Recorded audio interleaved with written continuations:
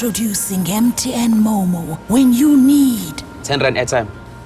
But first you must negotiate. 12 rand. Yes, my friend, but make it 11.50. 12 rand. Take it or leave it. But 11.50 is a good price, no? Hey, stop your game. Aye, man, come on. No, customer. Uzoba ne headache. Just Momo it. Dial star 120 star 151 hash to get the airtime you pay for. Ava.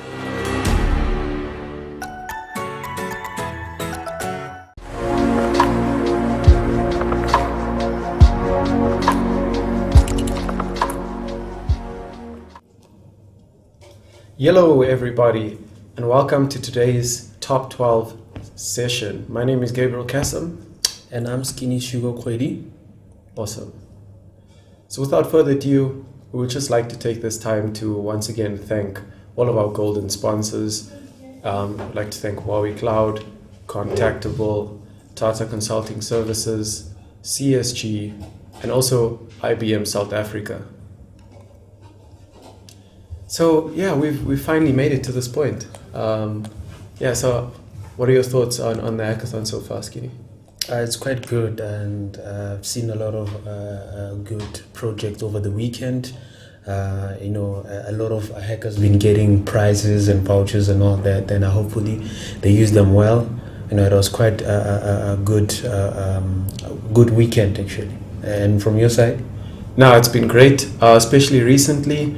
For those hackers who were able to submit and do their pitches, congratulations to you guys, and we wish you nothing but the best.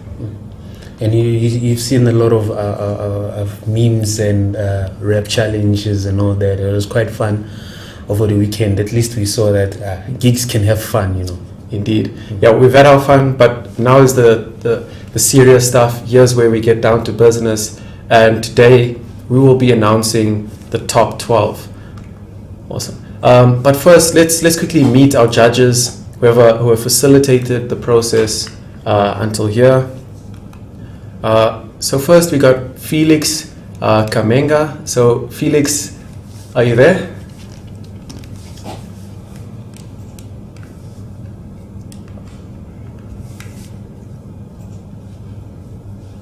Right. Awesome. So unfortunately Felix can't join us, but Felix is our first judge, and he is the chief officer for digital financial services at MTN. Awesome. And then our next judge is the Chief Technology Officer at MTN South Africa, Mr. Giovanni Chiarelli. So, hello Giovanni. How are you? Hi guys, can you hear me? Is he on the call? Very good. Yes, can hear you. Excellent. Hi, how are you doing? Very well, and you? I'm all right. So what are your thoughts on some of the submissions this far and how things have been over the weekend? Obviously, we cannot reveal anything, so it's important now to see the top 12 and then to draw conclusions.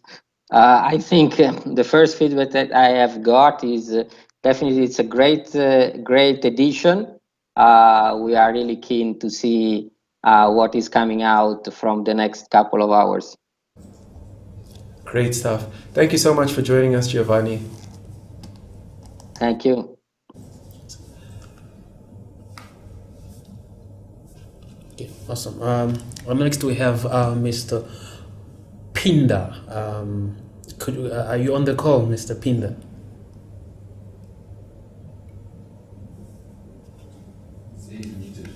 No, I think he's muted. Okay. Mr. Pinda, yes, I'm here. Muted. Good afternoon, awesome. everybody. Okay. Could you kindly please introduce yourself and tell us who you are, and tell the hackers who you are? Yeah, my name is Pinda Ngala. I'm the Executive for Information Technology at MTN South Africa, in charge of all the information systems. And looking forward to this panel of judging. And it looks like there have been some exciting submissions. But as Giovanni said, there's nothing we can reveal at this point in time. We will have to go through the judging to see. Awesome, and thank you, and it's nice to meet you. Thank you. Flip. Okay. We have, I'm not sure if I'm going to pronounce this name proper, but we have Lizel. And are you on the call? I am on the call. It's Lizel. Oh, sorry for Nice that. to meet you. Nice to meet you too. Could you please tell us about yourself and what you do? Hi, so I'm Lizel HackZA. I lead the Technology Program Management Office at MTN South Africa. I'm quite excited to see the final submissions for this event this year. Okay, awesome. Okay, it's great to meet you, and looking forward to your intake and also output for the hackathon. Thank you. Great. And our next judge is Darren Morris, who is the Digital Marketing Specialist at MTN. Darren, would you like to say hi to the hackers? Hey, can you guys hear me? Yes, I can hear you. Awesome. Hey, how are you guys doing? I'm sure you're all excited and well done for obviously getting this far. We're super excited. I'm super excited. I mean, this stuff is totally up my alley, and it's I'm really passionate about it. So it's really kind of cool to see, you know, what creativity and ideas are out there. So yeah, super excited, super looking forward, and I'm sure this year you guys are going to blow our socks off. So yeah, good luck.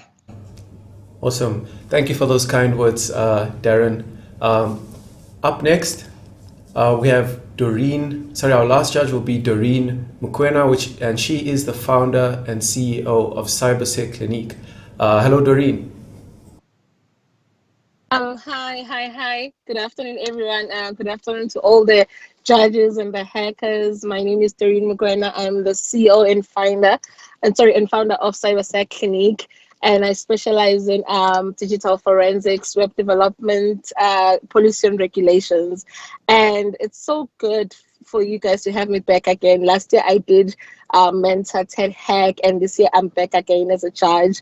And I'm actually looking forward to compliance, security by design, and feasibility. So this is going to be a very lovely afternoon for all of us, and good luck.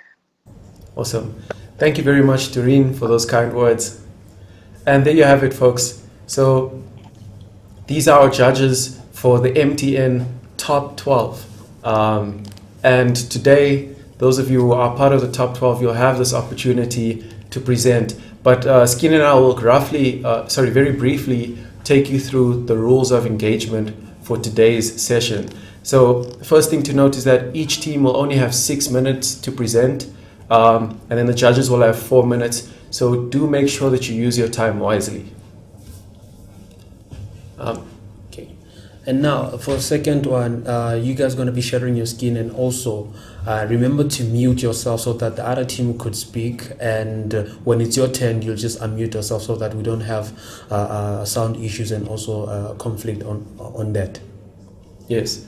And the third item here is, if you're going to be posting on the socials, you guys already know the hashtag is hashtag TADHackZA. And we still have some of our challenges running. So do make some time to participate in those challenges. And then lastly, let's all respect each other. So as Skinny said, mute yourself when you're on the call. Make sure that we keep things professional, and just make the most of this opportunity, guys.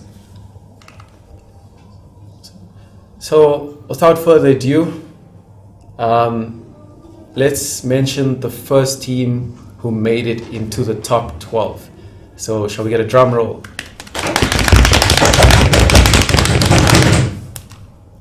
Team Numble. Awesome. So Team Numble, please get ready after a short break.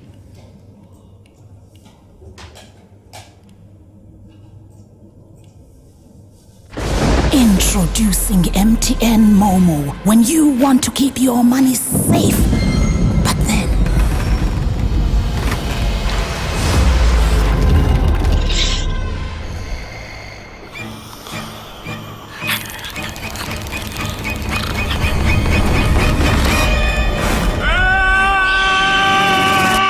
No, malume. Hlukana nama-cash deposits phansi kwamatrasi. Just momo it. Star 120 star 151 hash ufake i-cash yakho efonini.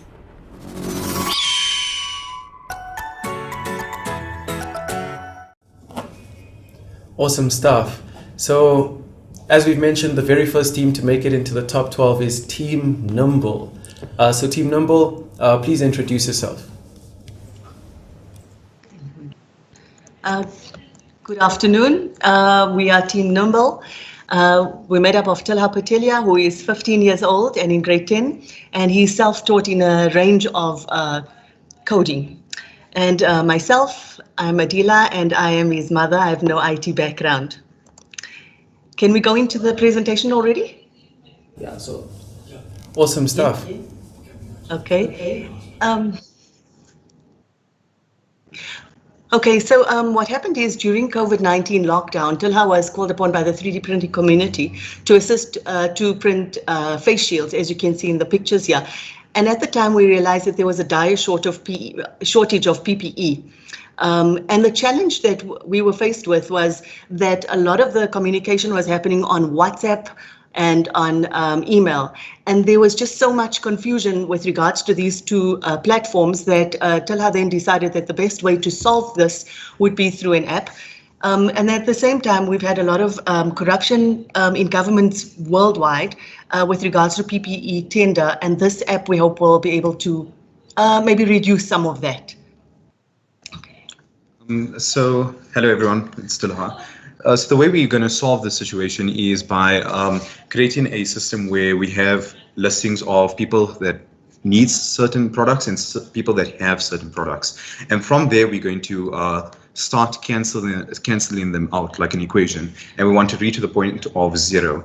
So we're going to start listing all of these things and all of these products. And the way we authenticate these people to list these products, we use the CST. So that's that's a central supply database, and that allows us to know that these people are authenticated to the authenticated businesses, so they can sell and supply stuff like PPE, what is needed.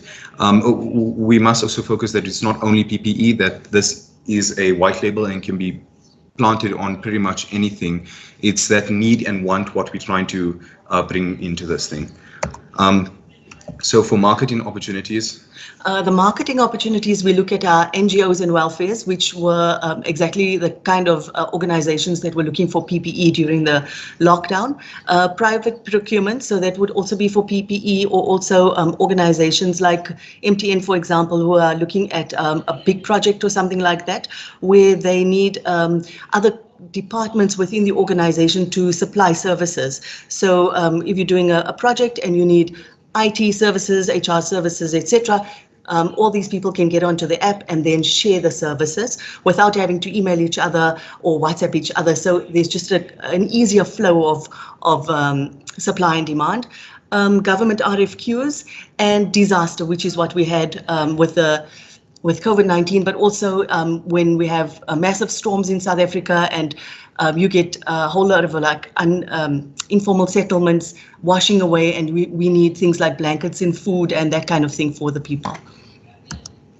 Okay, so the system that we set in place for the for this hackathon is just a small MVP that we set up. So it has a login page that works with Contactable's API, a sign-up page, and that will register the business and the end users based on their identification, so their ID, and that will verify that they are part of the country. From there, it will send all that information to a secure database. We are looking into Huawei's database, and we will hopefully be looking into that in the future, and then from there, maybe using our own database if we get that big. Then products will be listed, be either need or have, and from there we'll go into an integration phase and store into our inventory, and we'll automatically start matching it up. So if you put a need, it'll automatically have people saying, giving you stuff that are haves. And then from there going to order, and then through payment, we obviously chose a very secure payment portal, what is MTN's Momo payment system. And after they have done payment, and they can write comments and reviews on certain products, so that will help the system to know what is the best product out there and how can it list it for users, creating a competition for users and their products. So this is our application. This is building on verification, and we really want to push verification out there because that's the solution here. We don't want to have more corruption in the country that we have been having with money, fraud, and misuse of funds and materials that should have been going to the right place. So these are the APIs we use. We really want to thank Tata for the amazing help that they have provided. We're using their chatbot to allow us to communicate with all of our users, and from here we can start training machine learning algorithms so it can start answering questions based on various types of products. Contactables, obviously, for their verification, and MTN Momo for their amazing security payment portal. So we're just going to do a small presentation on how the application works and where we have got in this week. It's just a simple MVP that we have. So,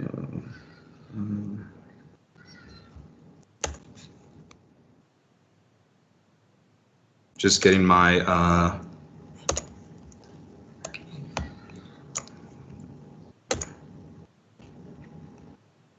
can you see the screen, or is it another screen? Oh no, there's another screen showing.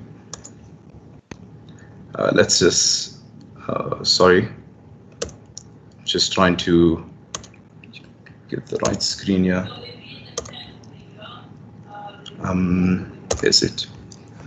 Okay, so this is our MVP. It's just a simple. We have a simple page set up here, and then we can log into a person's account. Okay. Hi, time is up. Gonna start with the 4 minutes from the judges, and the judges have they can allow you guys to continue on that. So judges, do you allow them to continue demoing, or you want to ask questions? I think let's allow them 2 minutes, and then we can keep the remaining 2 minutes for a couple of questions. Thank you. Yes, thank you. Thank you.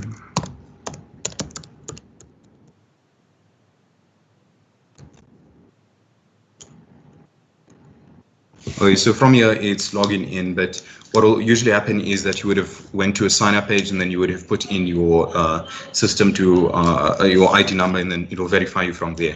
So we have a simple page here where we can add products about us. So if we go to the add products page, we want to keep it as sleek as possible, like very not when you look at government pages around there, they usually have a lot of information, and you don't know what to do. So we try to keep it very simple and very the style very neat. So even if we go to our about page, it's just telling us what we're going to do. With our cart, we're going to we're going to add for our checkout MTN Momo, and we have obviously our Tata chatbot here. So if we put in and we would say hi, then hi, it will give us answers based on our stuff. We can see previous stuff on what we have done, and that's what we mostly went for. And for our future, we want to add in bidding systems, voting systems, and add better courier systems. So we really want to focus on security here, and we want to push for that because we are really against this whole corruption thing, and we want to create a solution for all of this. Also, with regards to making a profit, which is something which we thought you would ask about, we were thinking of putting on advertisements to make some sort of profit, and also to take a very small percentage from the sales. Yeah. Okay, so do you have any questions for us?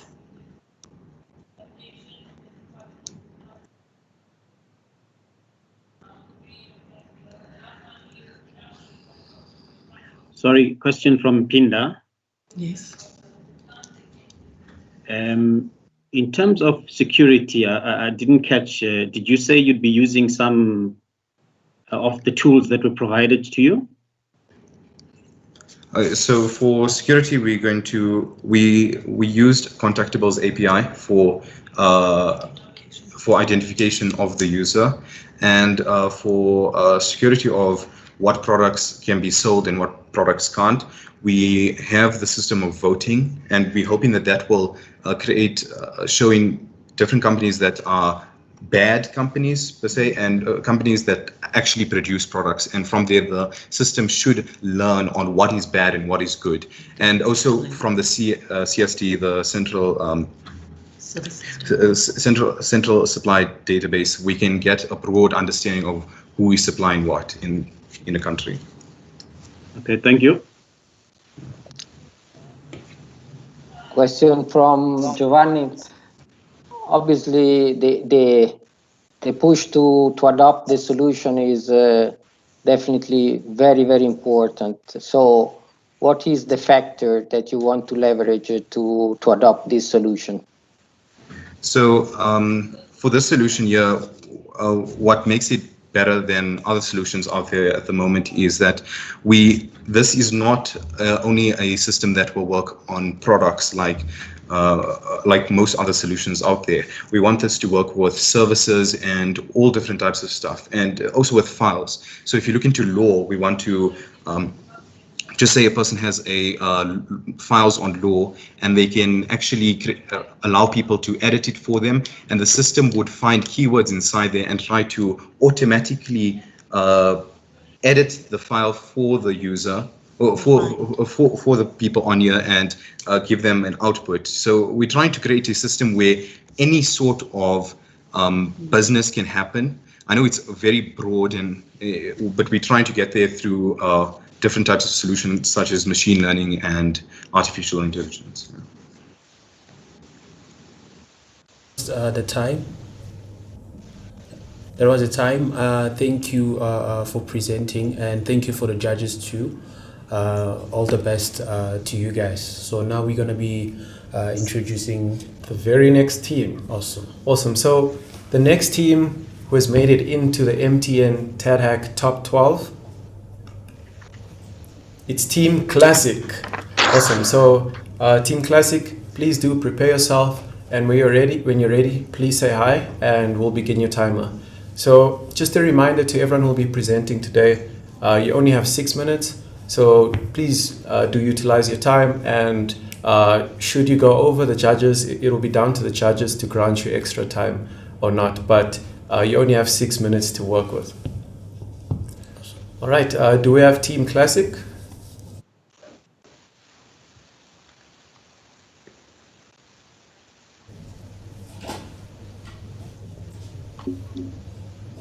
Good afternoon, everyone. We are Team Classic, and we have created a platform called Click. So basically, during COVID-19, businesses have retrenched a lot of permanent employees, including my mother, due to the fact that they could not pay them their salaries. However, with our solution, we are aiming to let the With our solution, Click Business, we are going to temporarily hire individuals to work and complete tasks upon completion in real time. They can verify and validate the user with the integrated contactable API and pay them using Momo. So we have used a patch management system or strategy to allow us to create a uniform workflow that works to address all the bugs found within a module. That will allow us to track and trace all modules related to logs, which will therefore give us a better understanding of what went wrong so that we can fix it.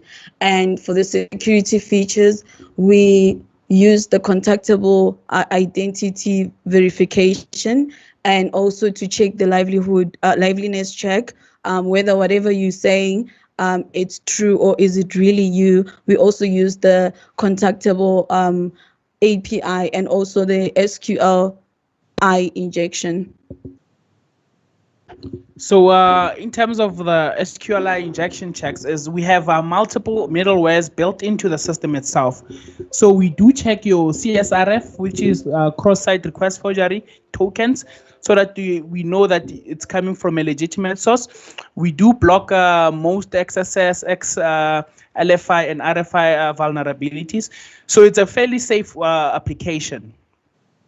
So our business model is, if a user purchases, for example, from a small businesses, 1 million loaves of bread, but that business only has 2 employees, what the system does is it automatically dispatches people online to say, hi, there's a job, there's employment available here. So what it does is it creates those people as temporary workers. So those temporary workers now, they are now able to work for that company for that period until that order is finished. And then automatically virtual accounts are created for them. So those same virtual accounts that they use will now allow them to get paid using MTN Momo. So now we're just going to go through how the system works, and then we'll see from there. So I'm just going to create my profile here. I've already logged in and I've already registered. So I'm just going to create my profile.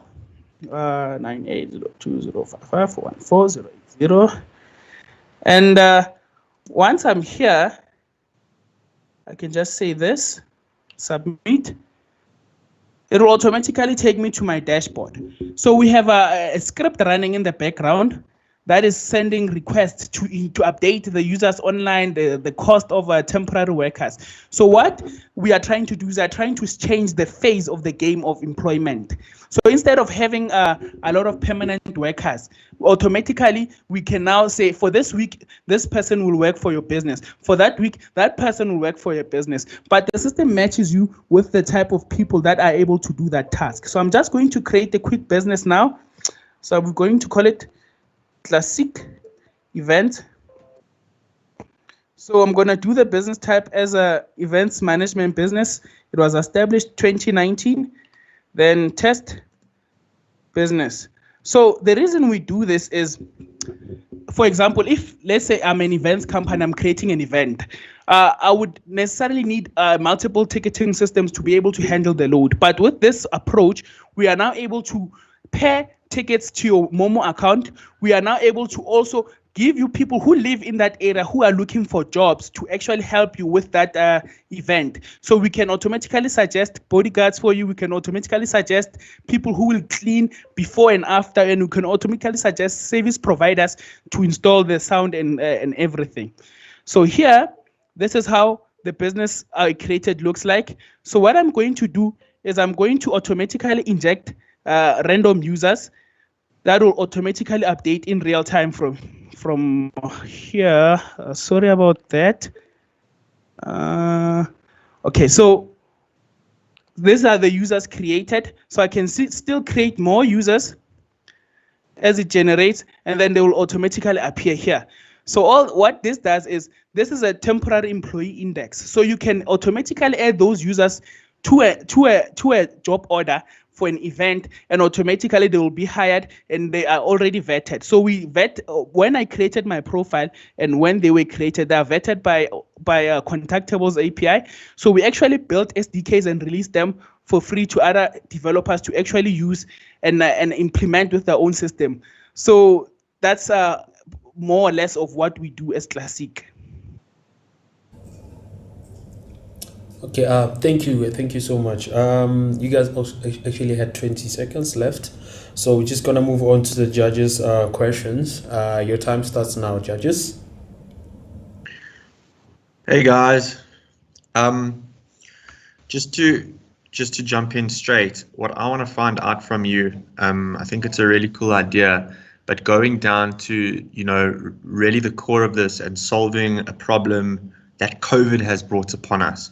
You know, yes, you get unemployment, but is there a way that your system can actually, you know, pick up if you were affected directly by COVID, like you said, your mom, that you were potentially retrenched, rather than this becoming, you know, the next platform for any freelancer just looking for a side hustle? Okay, so what our approach for that would be is the South African government has a brilliant strategy of giving people 350 rand if they have never received assistance from there. So we can integrate with that database and automatically capture all those users in there. So the ones that are able to do the work, automatically they are selected. And any business, for example, a spaza shop receives 5,000 orders of bread, can automatically click of a button and automatically temporary workers are placed for either a day or a week. Then automatically on completion, they are paid out. So this can be a new norm of employment in South Africa, whereby businesses that cannot afford to pay permanent employees can therefore rotate their employees based on their demand. So you no longer have to have a set budget for certain for paying your people. It's all dynamic based on how the business is performing. Awesome. Okay, I get the angle that you're coming from. Thank you. Yes. Hi, Liesel here. Just a question in terms of the resources, since you're looking at resourcing as well. Is there any verification or checks done against the resources that you offer on the site? Okay, so I can't really show on the contactable side, but this on the screen here is we wrote a package. We call it contactable for Laravel. So what it does is it first checks if your ID is true. If we're gonna receive a true reply, then we do a selfie verification. So now after that selfie verification, we do check. We haven't received the API docs for contactor, but I'm sure for checking the background that can work.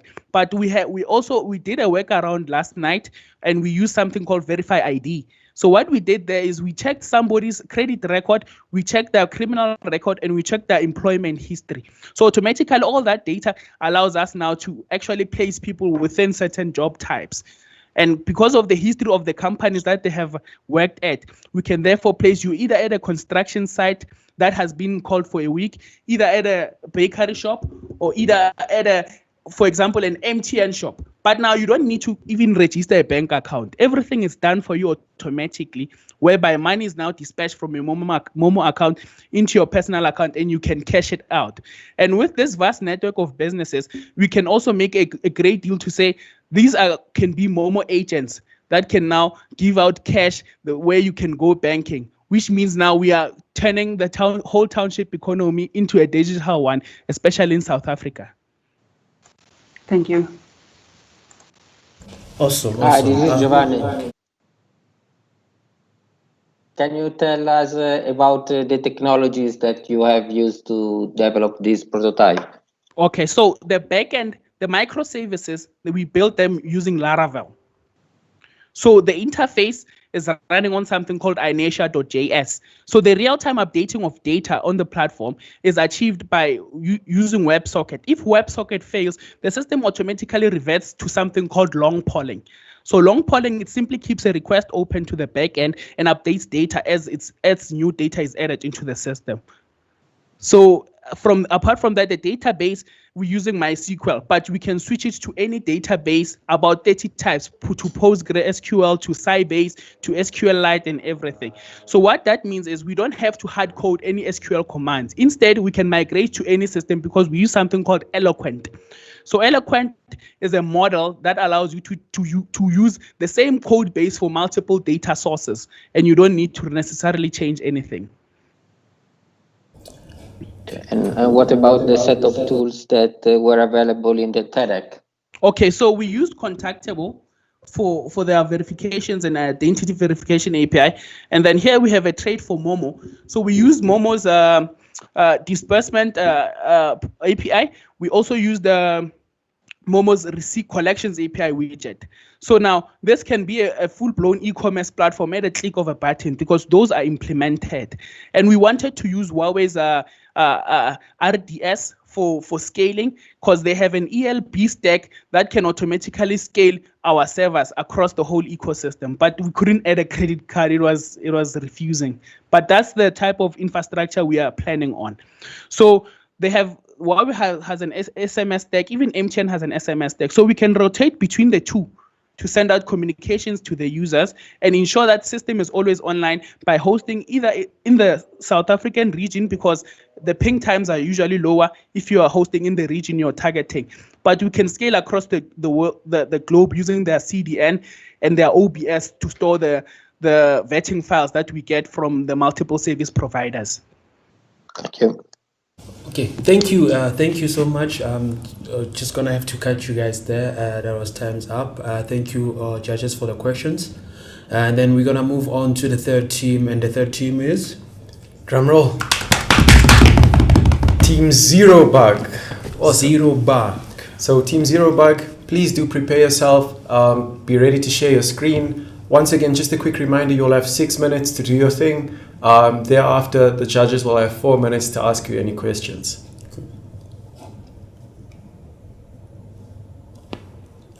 Team ZeroBug, are you available? Hi. Yes, I'm here. Can you guys hear me? Yes. Yes. Time starts now. Okay. We are Team ZeroBug. My name is Petunia and I'm working with 2B. So basically the problem that we're solving is internet connectivity, which has become a necessity, especially during the COVID pandemic. We're working from home. Students have to connect to the internet to study online, e-learning.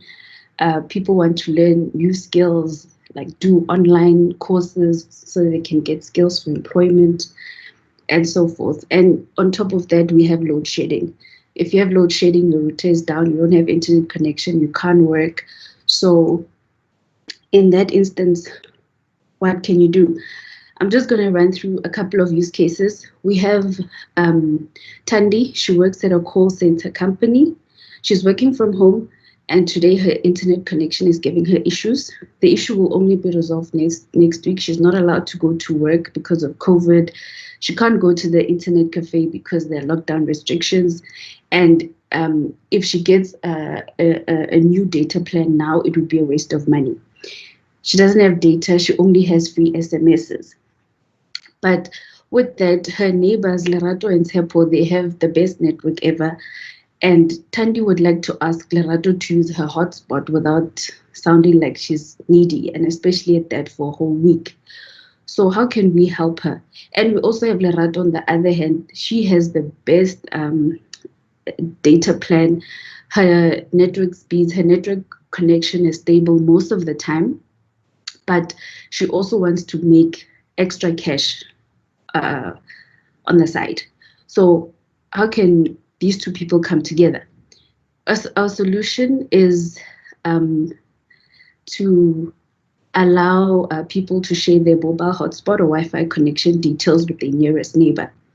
So the technology on the front end is USSD, on the back end is REST API. So we use Avaya, which allows us to send messages back and forth.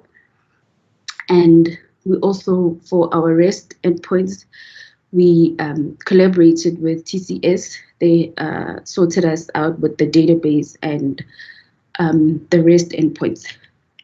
So how it works, if a user wants to register, they'll just dial *160#. They'll enter their details, they're registered. The only thing they need is their cell phone number, their address, and their name. And then to request, they'll dial *150*, and then they'll confirm their name. And then we're going to use a Google API to get us the nearest, or it will do a match between the nearest address that has a hotspot. And then after that, the user will get an SMS with the Wi-Fi name and the password.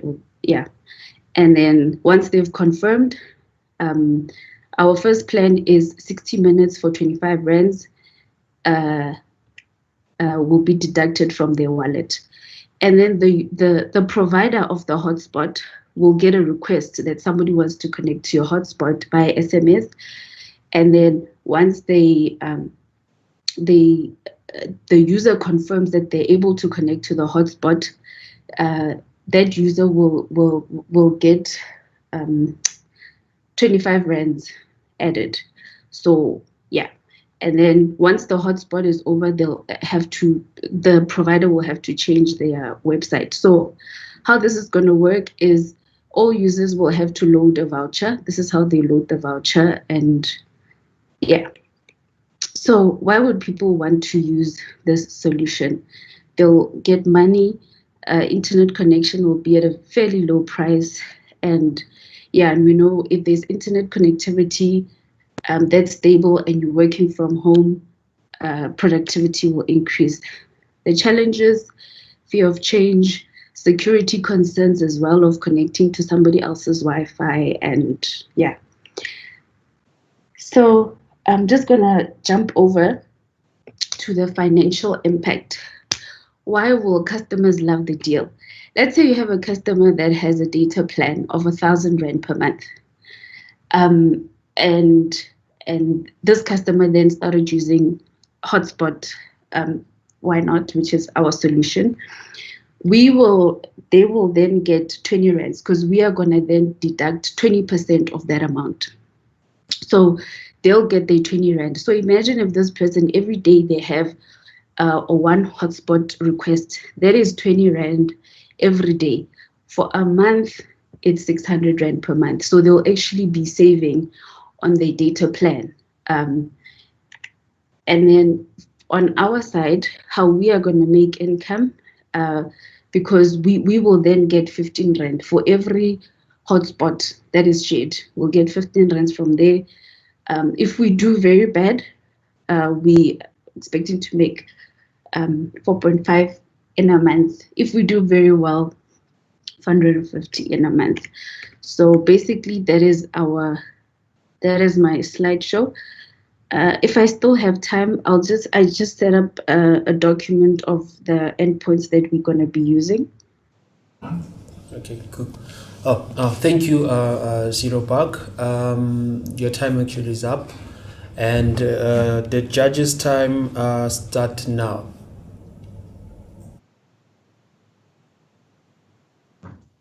Cool. I will jump in if nobody else has a question. Hi guys, well done and thank you for the presentation.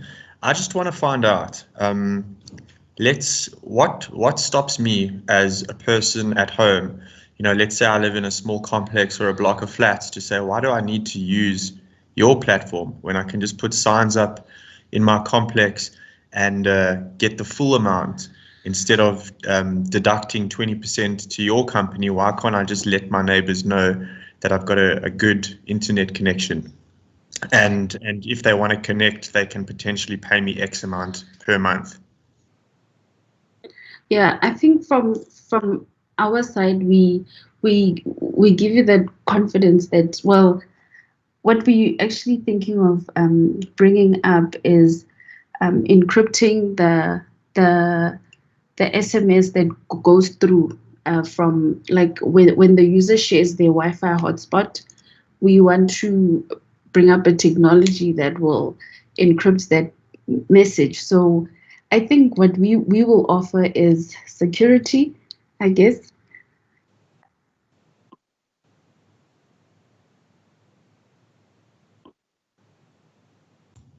Cool. Thank you. Okay. Any other questions, judges? No, thank you. Okay. All right. Thank you so much, Team ZeroBug. That was very, very interesting. So yeah, without further ado, up next we have our next team that has made it to the top 12, which is a big achievement. And let's have a drum roll. So the next team is Team Console Loggers. So well done, Team Console Loggers. Please do prepare yourself, and when you're ready, please do shout. Just another reminder, we are running a bit behind on the schedule, so do use your 6 minutes wisely. I do encourage you to also, if you can, demo within that 6 minutes. Awesome.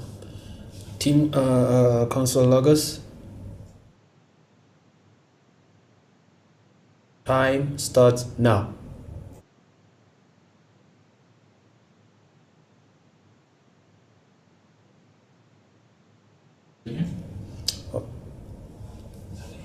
You might be muted, Team Console Loggers. Okay. Hello, everyone. Yeah, so I am Janu from the Console Loggers. So what we came up with is an app called We Talk.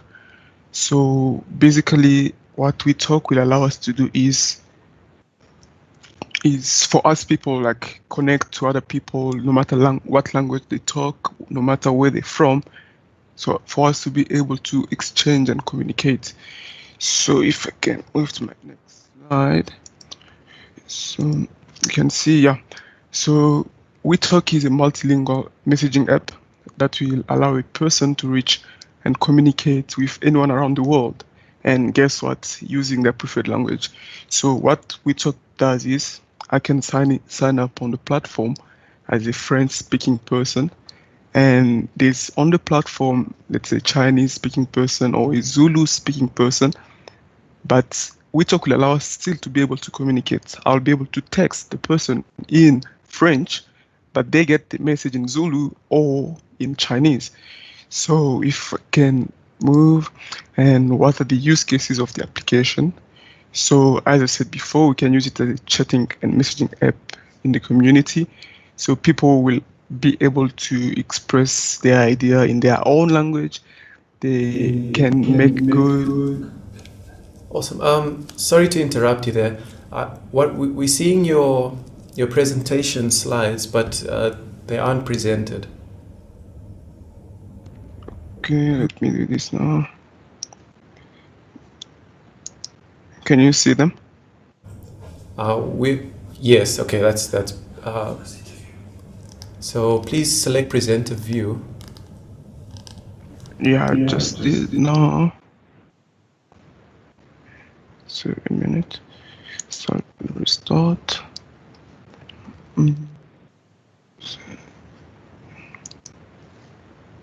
Post your time. So do not worry about that. Okay. Can you see? So we still see multiple screens. Yeah, if you go on top, display settings, should give you the opportunity to go full screen. Click display settings. Okay.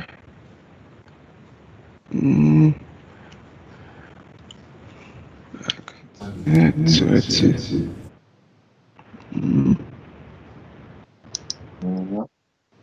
Oh, I see.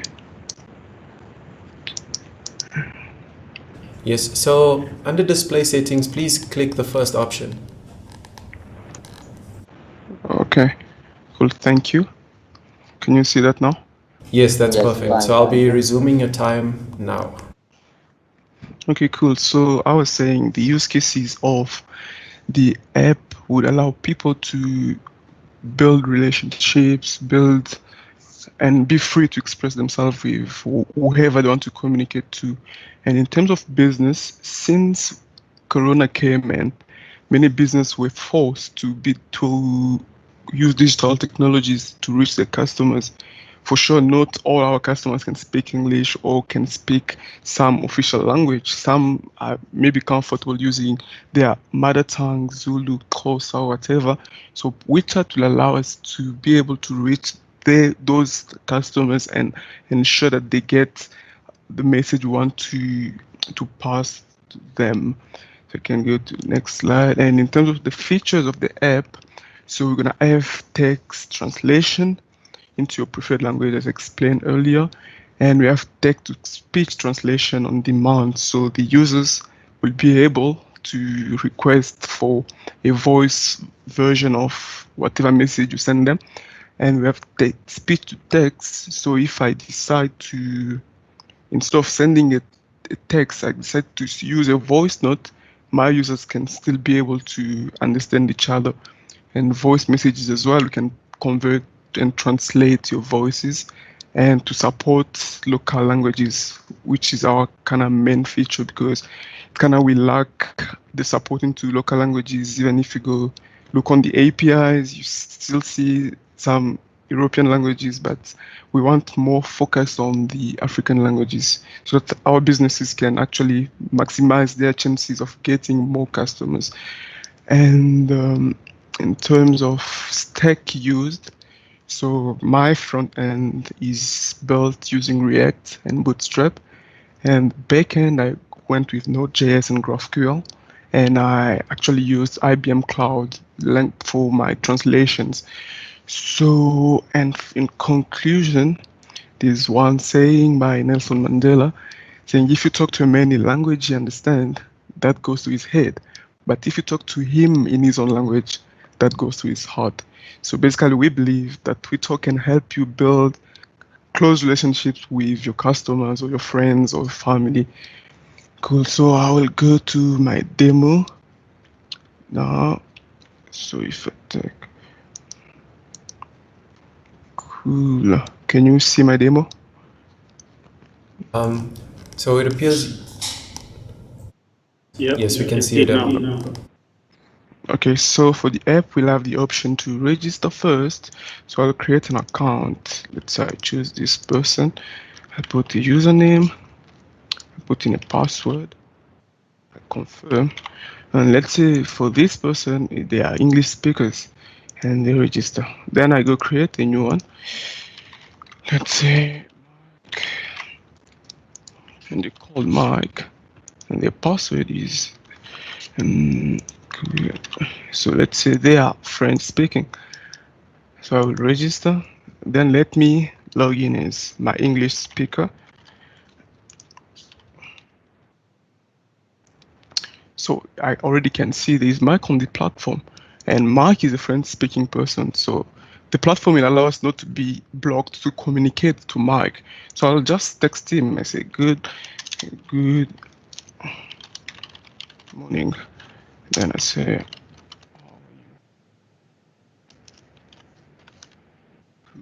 so just a message, I'm writing to him as if he's an English speaking person. So my message goes through, then I'll try login as Mike and see what message I get actually. Is up. Judges, are you allowing him to continue demoing with your time? I think he can continue. Cool, so thank you. We can see Mike actually got the message in French, which is his language, and Mike can then decide to reply. I'm going to try use a voice note, speak something in French, to say, okay, I'm good, and you. Je vais bien et toi? So I'll send that. That was just speech-to-text translation. Then I'll go see what actually Jeannot will receive as an English-speaking person. Cool, you see, get the message in English. So basically that's the idea we came up with, and I thank you. Awesome. Yes. Judges, you can ask questions now.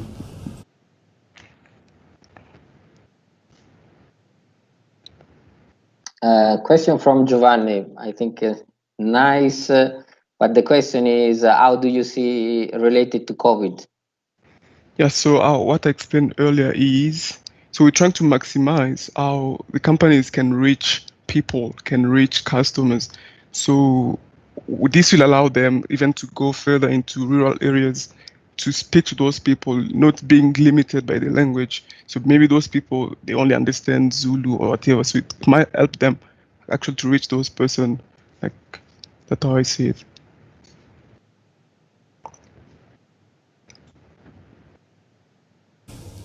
Judges, any other questions? Question from Darren. I'm actually glad Giovanni asked that question. It was also on my mind, but I think the answer that you guys gave was absolutely perfect. Because I wrote in my comments, I actually hope that this is a perfect platform that will help doctors come into local communities. I think it's a very cool idea, guys. What I want to find out is how good the translations will be, because if you're just connecting to something that does a direct translation, you're going to have obviously issues down the line. I mean, even if you look at companies like Facebook, for example, when you're on Facebook and you see a friend of yours has posted something in a different language and you click translate this, almost 90% of the time the translation is not that accurate. It almost links to like some sort of translation that translates it word by word. And I find this is a problem I have in advertising as well, where we, if we want something translated from English to a certain language, we actually have to get a translator in, because each language is so unique with the way that you say things that you can't translate word by word. Is there a way that you guys have thought around this, as opposed to not having direct translations, which might just be, I suppose, a messy, awkward conversation? Yes, thank you for the question. So what I thought of was we might have a phase one, which will be like publish the app for training purposes. So we can publish and people start using it and start getting, like we call it some reinforcement learning. We ask feedback based on our translation, and to see how, if the user like the translation, we know, okay, this is how we should do it. So basically I have a phase where we'll actually put the app into action in production, and I kind of learn and to actually translate properly. So that's what I thought of, yeah. So apologies, if I might just jump in. I like what Darrell said. And in fact, I want to piggyback on that. Oftentimes when you use translation services, we get lost in context. So what models are you going to use to train your app to understand context?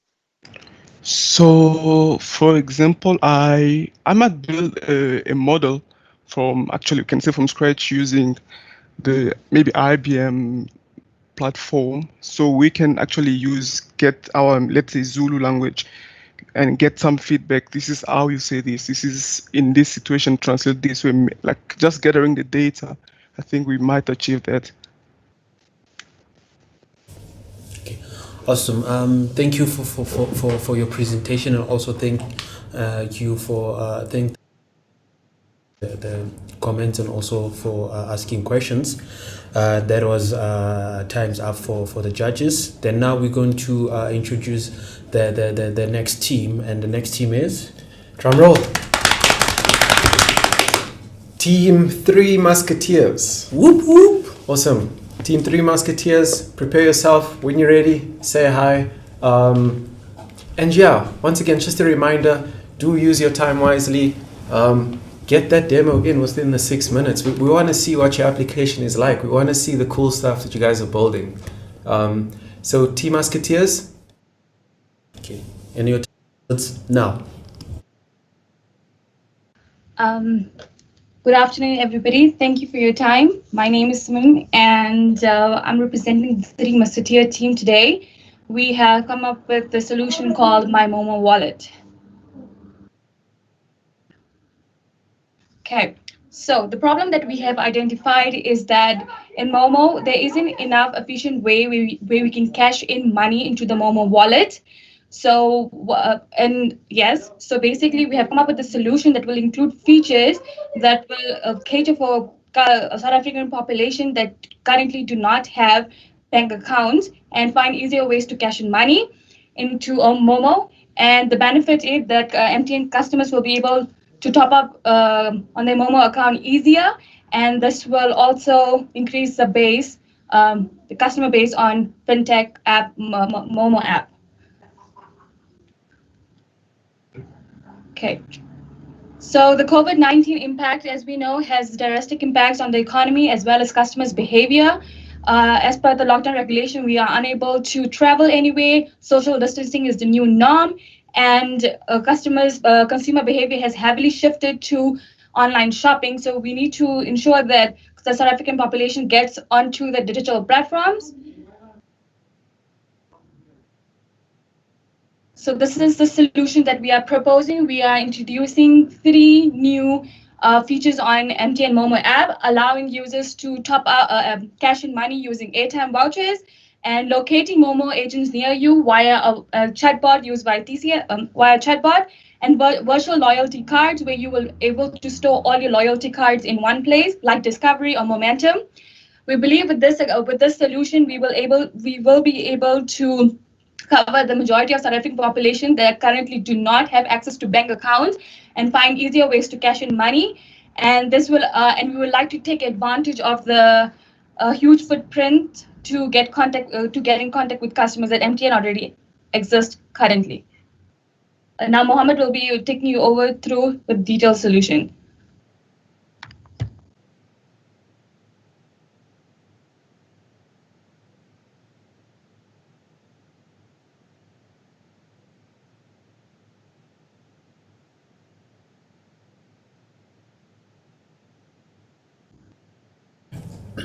Mohammed, are you on mute?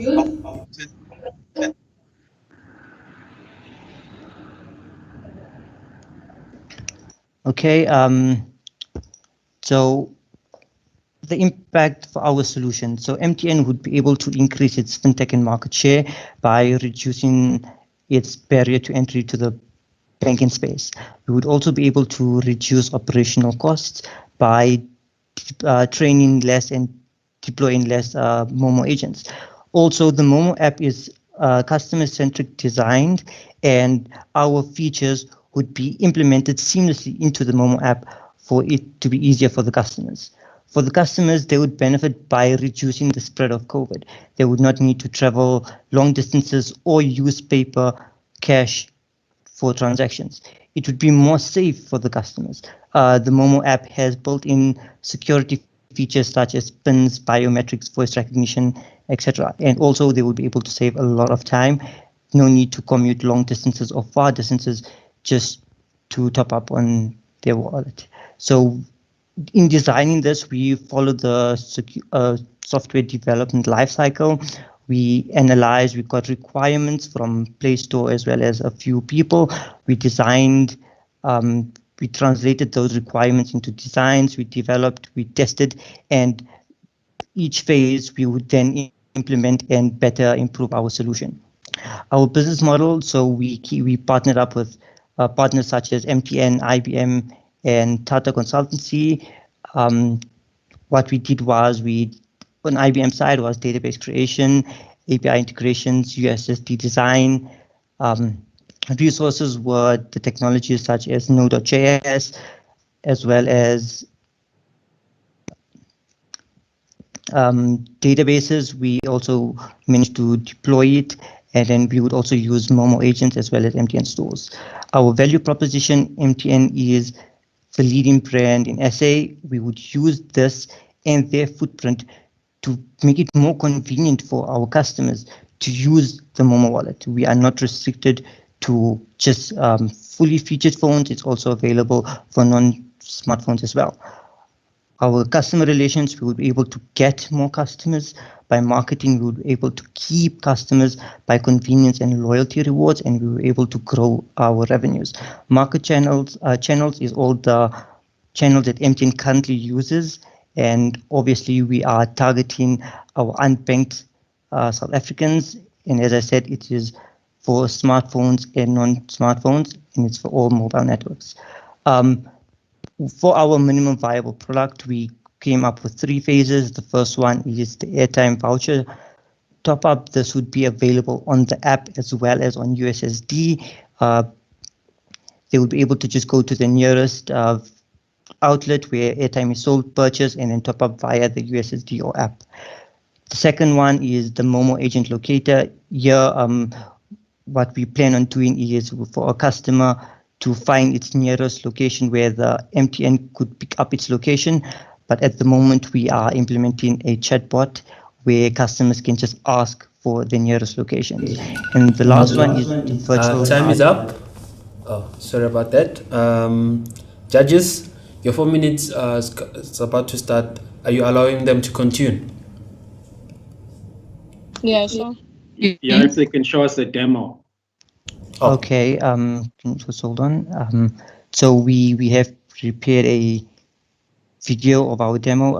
I will start it now. Tell me, okay, just hold on. I don't know why it's okay. I'm playing it.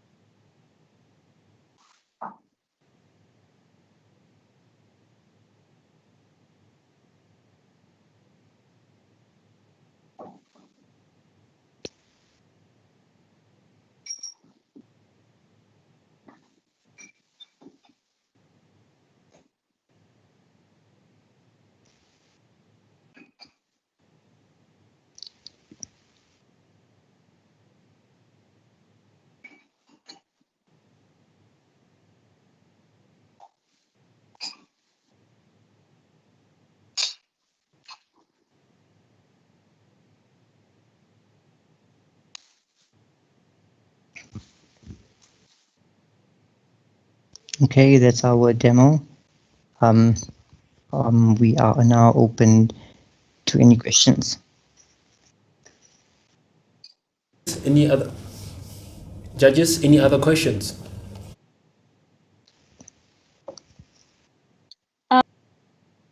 I do have a question. I noted on your first few slides that you mentioned that you follow the SDLC process in building this this platform. So do you mind explaining to us what security measures will you be integrating to make sure that your application is safe and resilient?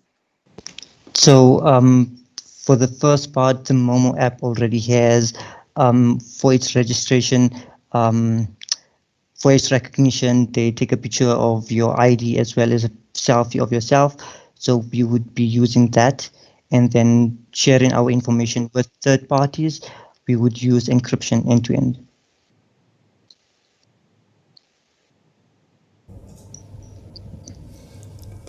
Awesome. Judges, any other questions?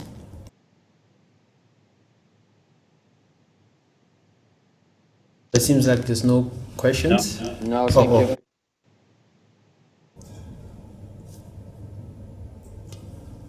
All right then. Is there a question? Oh, there is a question. Okay. Easy. Okay, it seems like there is no question. So with that, thank you very much, Team Three Musketeers. Yeah, and you guys had extra time left. So up next, we'll just jump right into it. So the very next team to have made it into the MTN TADHack Top 12 is Team UNM. So please do prepare, guys. When you're ready, please shout and we'll start the timer. I'm ready. Can anyone see my screen? Your time starts now. Okay. Can anyone see the screen? Yes. Okay. So hi everyone. I am Jabulo Machozo from Team UNM. So I'm going to demo Momo WhatsApp integration with a touch of natural language processing. So the question that you may ask yourself is why Momo WhatsApp integration? So that's the same question that made me to come up with this idea. So we already have a huge number of WhatsApp users, and why not have the service via the platform users are already familiar with, rather than installing another application altogether. So I'll just go straight to the demo itself. So in order to interact with this, so you interact with something that you're already familiar with, which is WhatsApp. So to initiate the chat between the user and the Momo service, so you can, as I said, like there's natural language processing capabilities which are happening here. So I will just write something which is something like this. As you can see, it should give okay, double tick. Okay. So it does give. If it doesn't understand what you're trying to do, it will give you a message just to help you, so that you can send a particular message which is best in that sense. So I didn't get that. You can use this system to check your balance or send money. So it does give you, like, trying to help you what you can do and what you can't do with this application itself. So let's say I say view balance. So okay, double tick. So it say your balance is. So why don't you see this is because we had some technical difficulties with Momo integration. So Momo, yeah, it's technical things. But we can try something else and say let's say amount.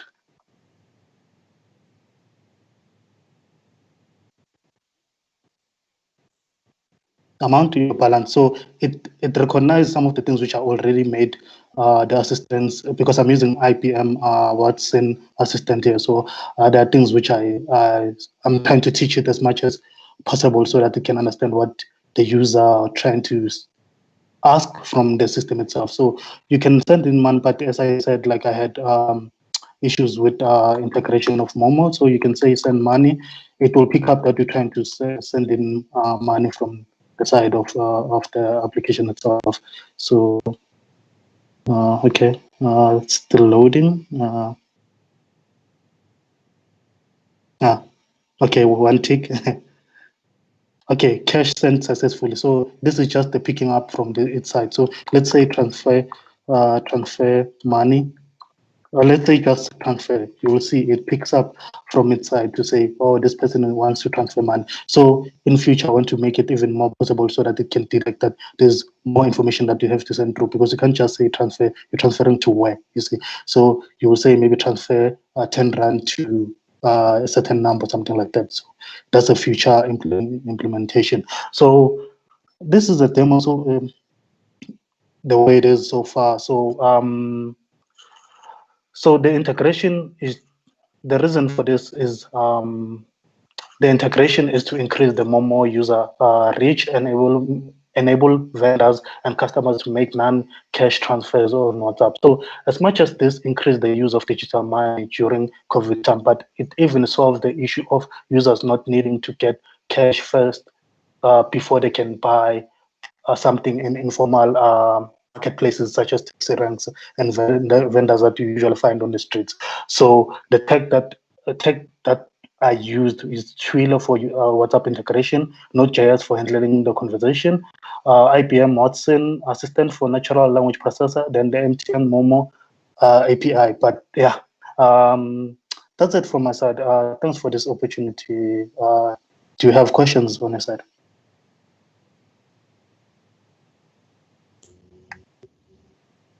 Thank you for that. You actually had 1 minute left. Yes, but judges can ask questions. Yeah. So this is Giovanni. The main question is, have you really studied the APIs and the opportunities to integrate with Momo?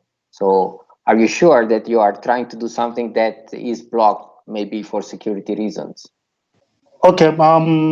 Like as far as I've seen, like Momo does have those login things that you have to sign up for beforeward. So what like all these systems, they have its own capabilities for encryption or of some sort, right? So I won't say fully they do protect the user, but there is like that trust in between those services. Like as you can see with WhatsApp, it's an end-to-end encryption. Then there's things like Twilio wants you to register as a user. Then things like Momo does have the API. You get an API key so that you can actually consume these services themselves. So, but I can't really say it like truly, like to the full extent that it can give 100% safety to a user, but it can give the user some level of safety there. So it's something that even in future, like I can research upon to add more security there. I have a question. Yes. Okay, so I must say that I really like what you've done, but as a policy and regulation enthusiast, I'm quite concerned, and my concerns really don't come from what you've done, but they're coming from what you've said. Because as a consumer and as an end user, I need to have a level of trust, in what you've done and my data, and to avoid situations whereby there's a data invasion or something. So so we really need to know what's going to happen, or if in case maybe you get hacked or users' information is leaked.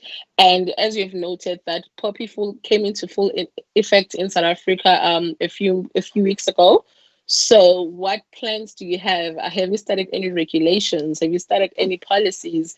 Because just saying you are not sure, it's really, really not good enough. And I get where you're coming from. So just to just give you like maybe some something to keep you calm or something like that. So from my side, like my plans is to not even persist the state of the login itself from the user, because Momo does give you the login every time, right? So I can make sure that the state doesn't persist for a certain time, to say maybe a user can finish like the transaction in 5 minutes, or I can cancel maybe the state of the session in like after 5 minutes and ask again for user to log in. So the user has to log in maybe after 5 minutes of inactivity, you see. So just to keep it more safer in that sense. I hope that answers All your right. question. Yeah, it does answer my question. It does. I'm answered. Thank you so much. Okay, pleasure. Judges, do you have any other questions? Yeah, what is this? How does this help COVID? As I said, it helps COVID in a sense of like it will allow like make more reach to people because already Momo has an application, right, and it has USSD. But those things like USSDs, first of all, it has all those multiple options. Like you have to maybe press 1, press 2, and whatsoever. So I get that the user can use it, it's fine. But another thing is like the application, you have to install the application so that you can use it for how long? 5 minutes. So why not use WhatsApp already that you already use for every time? So it helps to reach more users in that sense. Like it creates that more reach so that more people will start using digital payments rather than having to go to banks and touching money and stuff like that. Because we know with COVID, they said transfers of all these gems, they go through things that you touch and everything. So it will create more people to use the digital payments using Momo itself. So yeah, that's the idea behind this. So I think you're going to have a problem on your hands from a security point of view. Yes, I've noticed that. But yeah, as I said, like I'm willing to do more research on that. It's just 3 days is not too much time to check on and things like that. Cool. Thanks, man. Thanks. Awesome. Thank you for your presentation, and also thank you judges for your feedback also. And not to waste time, we're moving on to the next team, and the next team is, drum roll once again, let's get that energy going. Team Android 3.0, also known as Explorer. So guys, if you can, we're running a bit behind on the schedule, so if you can, do use your 6 minutes as carefully as you can. So Team Android 3.0, over to you. Okay, good afternoon, everyone. We are Team Android 3, and the solution that we came up with is called Explorer. So the problem that we are facing is that during COVID-19, there has been a negative effect in tourism, and as well as people have lost their jobs, and businesses have closed down because there's not enough money coming in from tourism. And with South Africa already sitting at 52% of unemployed youth, this is a problem that continues to impact the country. So the solution that we built for this is Explorer. So Explorer is a real-world gaming app that increases gamers' tourist foot traffic in and around the city or province. Explorer rewards gamers for visiting a different tourist attraction and accommodations in the form of points, which will then be accumulated into vouchers and discounts on the MTN Momo app. So how it works, it is an interactive game that uses a map. So with this map, a person can get site suggestions around where they are, around their geolocation, and then they visit these sites. Once they visit these sites, they're able to scan the QR code at the site, so the QR code on site to show that you are in the premises of the site. Once they have done that, then they'll be able to get points. Over time, they will accumulate a certain number of points, redeem those points, go to the MTN Momo app, and get their voucher or their money. So what happens is, this is the game that we came up with. So this is a map that we use integrating Here Maps API. So the person will search for a place they want to visit, or they can use their geolocation, and then using a QR scanner, they'll be able to scan the QR code at the on site, and then the chatbot using TCS chatbot will then give you your points and suggest different places that you can visit on the Explorer gaming app. Okay, so the impact that this will have. Job creation, we all know that job creation is a huge deal in South Africa because of lack of jobs within South Africa. So having something like this that influences people to go out there and explore their own regions will mean that the small local jobs and small local sites are getting more money in. Know your own land. A lot of people live in the provinces, yet they do not know the different sites that they can visit, and they do not know the history of the province or the city. So this is also going to give that. It will add to the economy with the money that is coming in, as more people would want to visit these sites to get discount codes and to get points on the game. And it will educate people more about these sites. So the chatbot, while you're on site, will send you different facts about the site and different information to educate you about the place that you are at. Sorry. Okay, so these are our key partners that we used for this solution. We use the TCS chatbot, Here Maps, as well as IBM for cloud services. The key activities that we'll be doing is connecting the community to local culture environments, and the value proposition we'll have is the QR code scanner and the game experience and the chatbot. Customers will be able to travel and so forth. This is our customer segment, the key resources that we were using, our cost structure, and our revenue streams that we'll be using. So these are the technologies we're using. We used Here Maps APIs, the TCS chatbot, IBM cloud services, Android Studio, the Ayoba platform, as well as MTN Momo and Git. This is the team. Thank you very much. I just wanted to add that looking at the app will also be able to give customers information about the stores, transport services, and restaurants that they can go to using the Momo app, that they can make cash-free transactions from the Momo app once they've redeemed their voucher through the Momo app. Okay, so once you've installed our application, you'll be prompted to log in. And then once you've logged in, you'll see the points you've collected on that specific day. As my partner mentioned, you will be able to keep track of the places you've visited on that specific day. We have our QR scan coder and as well as our chatbot. Please hold on a bit. Okay, so I'll just type in hello. And then it will welcome you. Hello, my name is Zora, your friendly travel bot. So you'll pick which place you would like to visit on that specific day. So let's say Cape Town.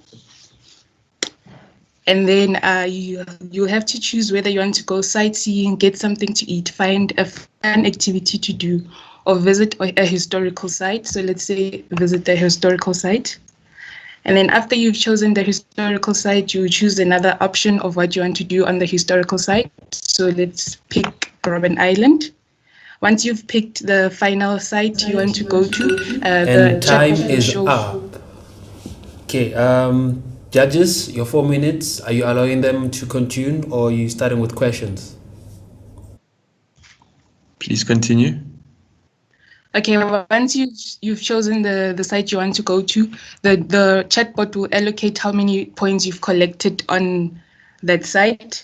And then we are looking on creating we wanted to create a virtual game, but due to time we created an application, which is the one that I just showed to you. Thank you. Okay, good. Judges, questions?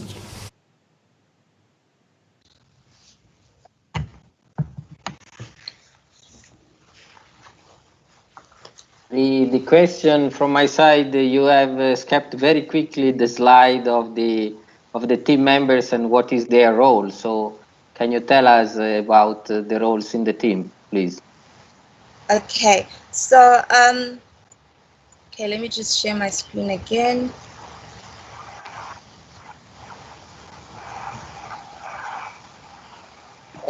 So Carol designed and built this the basic framework of the app and everything else. She also contributed in the research. Christine also did the software development and research. I was the idea generator, and I assisted here and there in terms of software and put the whole presentation together. Very well done, girls. Thank you. Thank you. Yeah, done. Any other questions? No. No. Okay, can I just, okay, if there's no questions, I'd just like to add a few points that were not mentioned in the presentation. So one of the things that we'll also be doing in order to ensure that a QR code is not scanned twice in a day and redeemed twice in a day is that we'll have a machine learning which will integrate a selfie camera where a person will have to take a selfie with the QR code. And this ensures that you don't redeem the voucher on 2 different phones in one day. As well as in future, we look to integrate the SA COVID system to notify our gamers about the security measures, let them know if the area is safe for them to go to and visit, and if the sites are safe to visit. For authentication, we look to having the user sign in with social media platforms such as Facebook, Google, Twitter, and LinkedIn. And it will be time consuming by... Sorry to interrupt you, but unfortunately the judge's time is also finished. But thank you so much, ladies, for joining us. Once again, that was Team Android 3. All right, moving on. Now we're going to be introducing the next team from the top 12. And the next team is Team Ubuntu. Awesome. So Team Ubuntu, please set up, please share your screen and say hello once you are ready.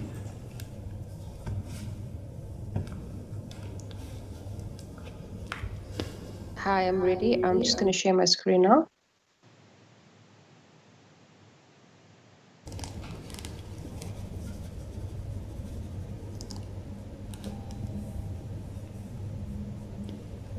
Okay, hi everybody. So we are Team Ubuntu, and our idea is to have to include into the Momo app, right? We'd like to include another feature or app which is called Mo Shop. All right. So I will go into it now. I just quickly want to show you guys. Sorry. Okay, there we go. Okay, so I just want to quickly introduce my team. So I'm Nishay, and I'm the team leader and design analyst. And then I've got SA, who is our graphic design and QA assurance team member. So she assisted a lot with the presentations. And then we've got Tebogo, who's our coder. Unfortunately, he had a family emergency and was unable to assist us during these 3 days. And then we've got Hoxie, who is our technical and data specialist. So he assisted us a lot with the app. So just to quickly go into what we were looking at is we've been looking at the COVID-19 pandemic as it is, right? And we looked at the elderly people and immobile customers, all right? So when we looked at it, we looked at my mom, for example. She's elderly, and she is a person that is using the SASSA grant. And what we found is that people like her have challenges due to the COVID pandemic when it comes to going and getting medication. They're always exposed, and we know that they're vulnerable and at higher risk when it comes to catching the COVID virus. So it's also targeted at people that are not able to spend large amounts of money on buying groceries, and they would prefer looking at the relief packs that are already in stores to help them get through the month and get through the time that's there. So what we're trying to do is we're trying to limit them from contacting or touching transmission of the code virus through touching cash. And how we want to do this is that we would like to market this to those type of people by ensuring or getting them to actually download the Momo application and link their SASSA cards, which will be verified, and then help them so that they can actually access these relief packets and be able to get medication that they require. What we also would like to do is we'd like to pair up with the likes of Takealot, Uber, Bolt, Mr. Delivery, and so forth, so that we've got a large amount of delivery services, and that also gives us the ability to be able to reach a larger group of people, especially people in the rural areas that are struggling to leave their homes and residence and then go out to places to go and purchase the stuff that they need most. So when we're looking at our impacts, we looked at it from two aspects. One aspect would be the customer aspect, which is looking at the elderly and SASSA customers to assist them to be able to get the essential services that they need at their doorsteps safely and securely through MTN and the Momo app. Also, we would like to have a voice assist option, which makes it easier for them to be able to get what they need and communicate clearly what products and services they do need. It will also empower our customers and give them the control of purchasing what they need more, rather than having to go to the general shopping websites where you've got to go through page by page, item by item, and then search through all of these things. These packages, they're ranging between 250 to 300 Rand with lots of different variety of stuff, so that it's easy and quick and simple for them to be able to access it. Part of the app, we're also going to have a price check option, which means if I'm going to look for, let's say, a relief packet, it will pop up multiple different stores. Fortunately, the Momo app is already linked up with stores like ShopRite. We've got your Macro, USave, and so forth. So because we've got such a large variety, it's not limited like all of the other shopping apps where you'll find Checkers is only with Checkers, Bottles is only with Pick and Pay. So that then gives us that leverage. As a company, the benefits on our side, from MTN side, is that we'll be able to reach our target market better, which is, of course, the elderly and immobile customers. Also, our subscriber targets will be exceeded due to this, because now we're opening the market up to other people and other markets. This then also would help to increase our revenue and ROI. And then we would be running a lot of campaigns. Another aspect of our application would be an option to buy now, pay later. So we would, of course, use the facility that MTN already has under the extra airtime model that helps with usage, to manage usage and set up limits for customers. This then would allow us to be able to manage that risk better from our side. Okay, then to look at the secure process. So there's a couple time is up. Okay. Yeah. Judges, your time. Are you allowing them to do a demo or questions? I think if we can quickly hear about security and then maybe the demo. Okay, let me just present again. Okay, so on the security aspect, right?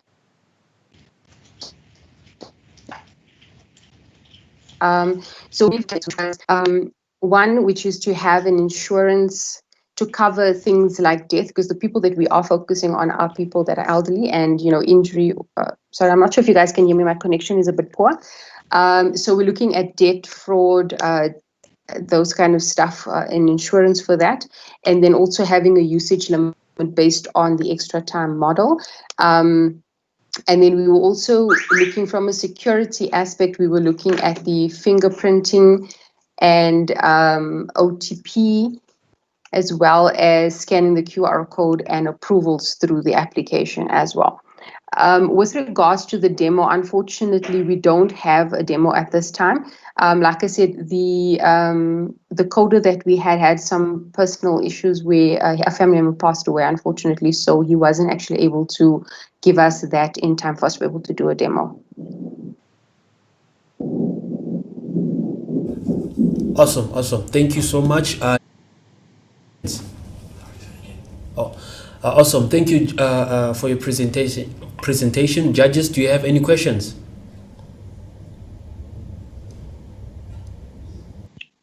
No. No, thank you. Awesome. All right.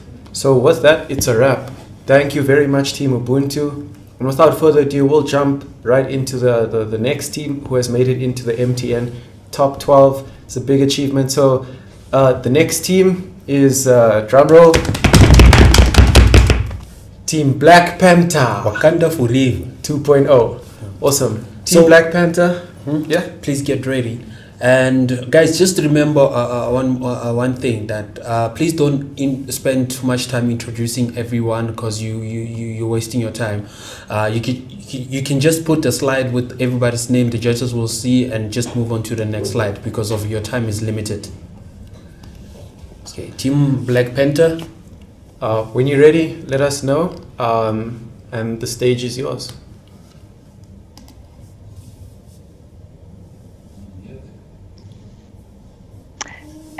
It does not look like Black Panther is in the room. Can I ask that we go to the next team, please? All right. So the next team coming up next, let's just take a moment.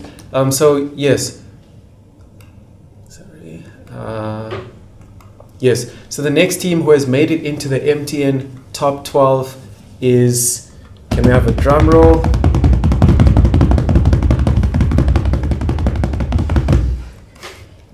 And it's Team Conus. Yes. So is Team Conus here? Yes, we're here. Awesome. Team Conus, when you're ready, please let us know and we'll start your timer. Okay, no problem. Let me just want to share my screen quickly.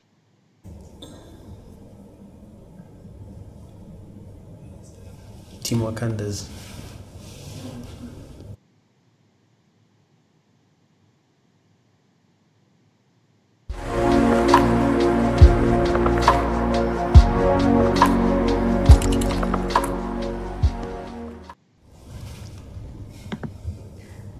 Sorry, it looks like Team Conus has lost connection. They are just dialing back in again. Perhaps we can go to the next team, Code Artisans. Code Artisans, are you there? Artisans, my apologies. Yes, indeed we are. Awesome stuff. When you're ready, let us know and we'll get your timer started. Okay.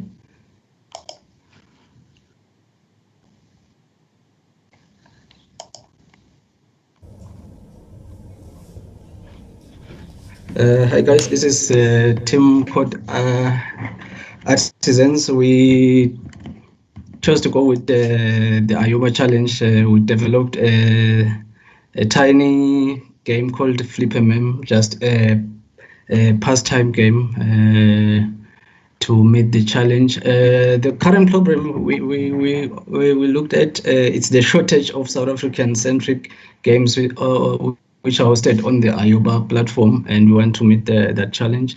And the games which are there, they don't give incentives to players for attaining high scores and maybe loyalty.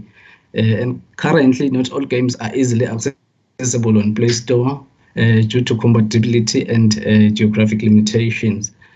So our solution is the casual game of flip and match memes within a time frame. It's actually a catch-up game or a pastime game which refreshes the mind and also keeps users updated on trending topics, and also it gives credit to meme creators. Our market validation was looking at the fact that one in actually three people play casual games. Actually, every one of us on their phone have casual games, and actually 1 million of casual games are downloaded per day. The market size currently, looking at IOBA users, they currently are 10 million plus downloads on the Play Store for IOBA, which is the platform we chose to host this game. And actually 80 plus games are available on IOBA, which also gives us an edge because it's not much games of which we can still tap on that. And the average minutes spent by person on playing a game is actually 10 minutes, of which in that 10 minutes you get to engage with that user. Our product, these are the screenshots of our small game. It's one game of many. We're still going to be developing many games, hopefully to host on IOBA, but we'll be demoing the game just now. Our business model, we are looking at maybe hopefully getting 5 cents for every active player on our game per month, and our target is maybe 1.2 million potential players. With that paying, of which will be getting maybe 0.5 cents, totaling to 60,000 rands per revenue per month. Market adoption will be pushing these games on social media, Twitter, Facebook, and stuff. And our partnership, we're hoping to partner obviously with MTN and IOBA as the platform providers, and influencers will help us push the games, and vloggers. Our edge, we are hoping to incentivize the winners on top scores and having monthly prizes, and also leaderboard to enhance competitiveness of players. Currently, the competition is stiff, but then we're not focusing on the target market for these big guys. We are only focusing on the target market we have here in South Africa for pastime games or casual games. The competitive edge of our games will be that they will be catchy. The smartphone adoption, currently having a steep uptake of smartphones everywhere, and they're low cost, cross-generational, of which it can be played by young and old people. Relatable, we get to see memes every day, but then if you play a game and also enjoy your memes, that's two birds in one stone. It's addictive, multi-platform, and can be accessed from anywhere. And this is the team. I'll quickly do a small demo.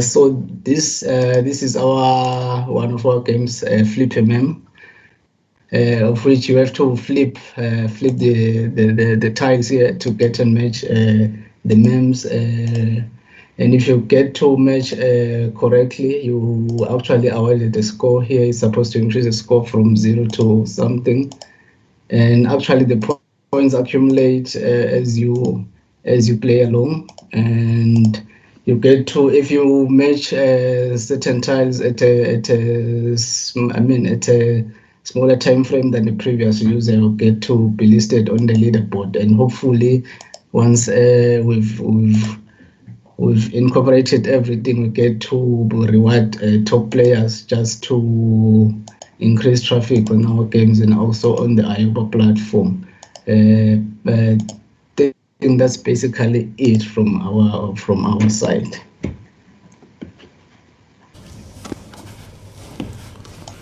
Awesome. Thank you so much for your presentation. You had 7 seconds left. Without wasting any time, judges, questions?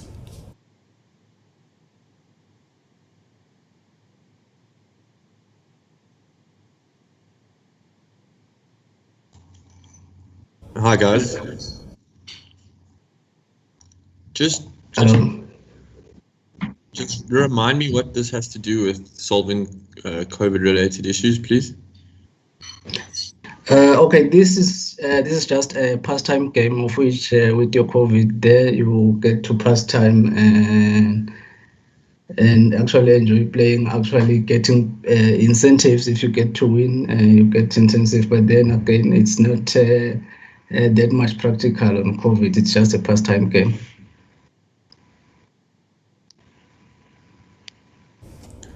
Any other questions? Do you think that I'd be interested to see, how you're going to get people to play these games versus the thousands of other games that are available. You'd need obviously really cool games and a really strong marketing plan, which I'm not seeing. Okay, currently we're trying to leverage on the fact that IOBA is a platform that has been brought forward, so we want to maybe try to increase traffic from that side. Because currently they only have 80 games, so we want to increase that number on IOBA, because this game will only be available on the IOBA platform. I have a question, right? In fact, I have questions, but due to time, I will just shorten my questions. First of all, are these games played online? Number two, if these games are mainly for passing time, South Africa is one of our biggest issues that we have within the internet space is connectivity. And how are you going to help people or draw attention rather to this platform if most people don't have internet access? Number three, I just need to understand the link between IOBA, you, and the COVID-19, you as a participant, because I feel like the rest of the judges and I are a bit lost when it comes to this solution.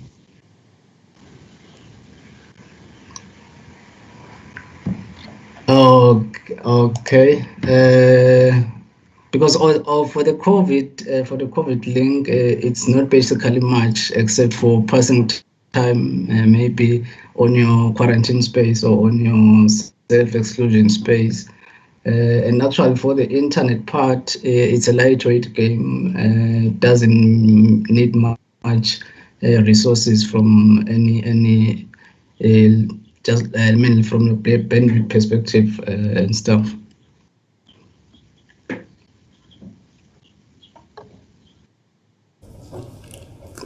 Awesome. Thank you. Before we let you go, Gabriel, just 2 seconds before we let him go, I needed to understand what happens post-quarantine, post the lockdown, post-COVID-19. How scalable is this solution? I mean, is this something that we can actually invest in? Because it seems like it's not even COVID related, but it's something just for time being. So that's the only comment that I have. Thank you. Okay, thank you for that. Actually, it's a scalable game, because it's not just one game. It's one game of many.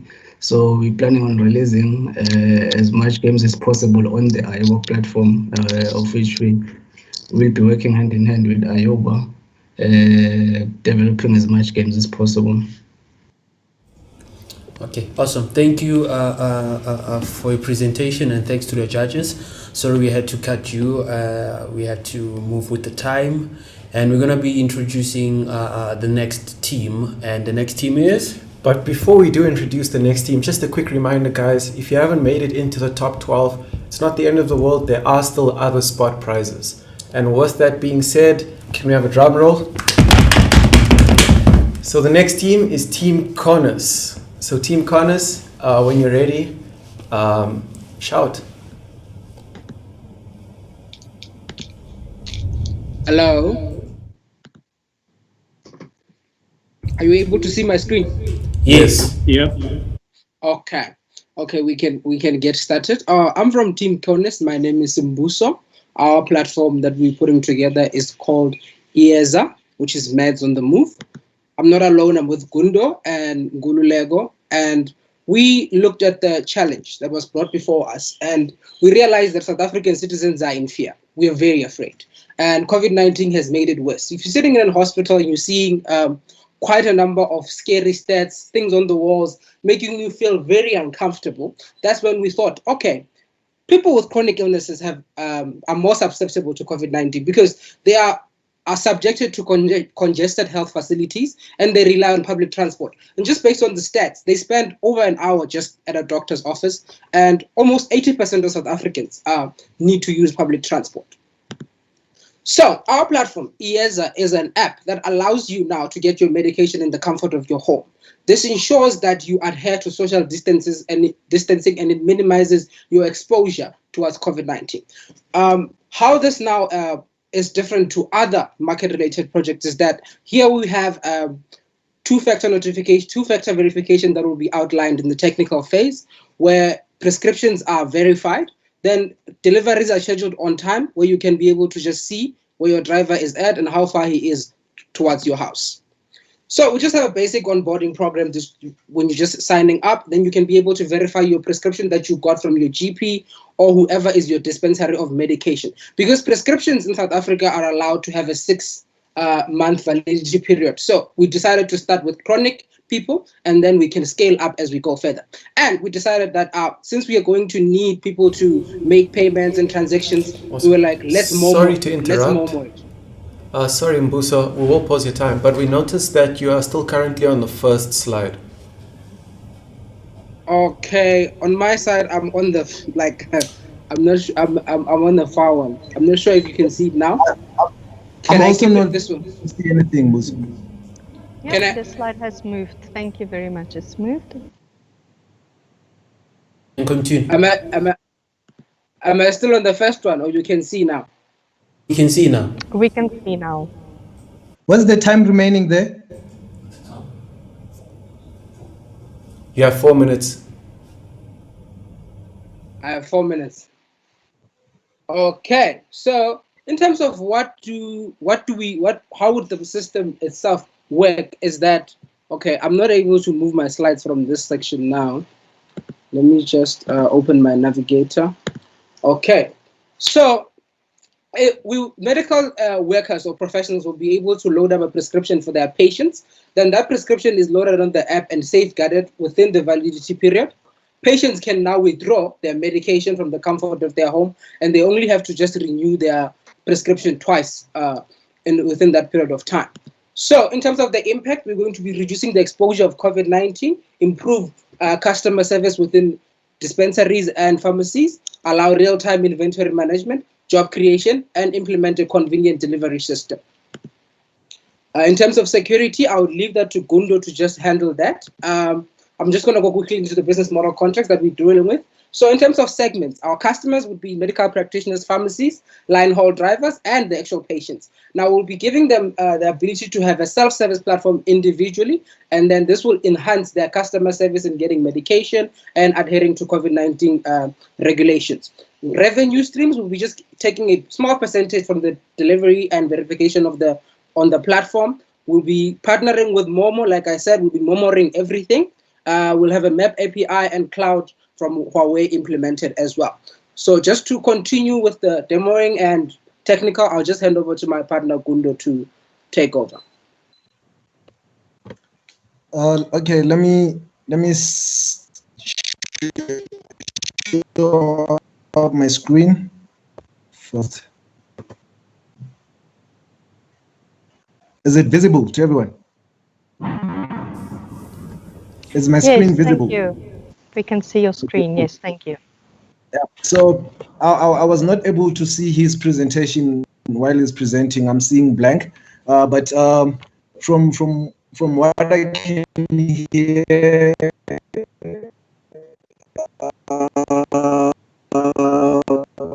I can continue from here.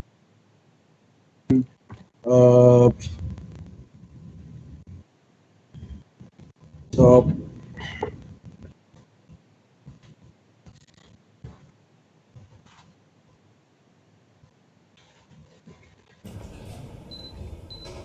Can we just pause the time there, please? Yeah. So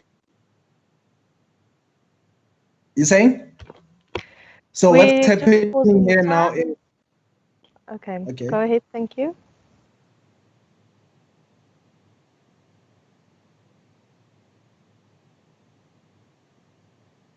You can go ahead and present now. The prescription that's already made.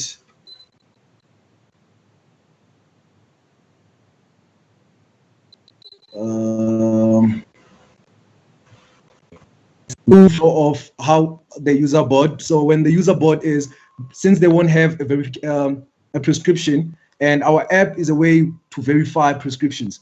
So on their landing page, they will get this, which is you do not have any prescription. Use this ID when you visit the doctor. So that's the ID that you give a doctor for the doctor to write a prescription on. So the doctor will, let's say, add prescription, and we'll use that code, which is 44B. It's random notes on the prescription, and then these are the items. So I didn't get time to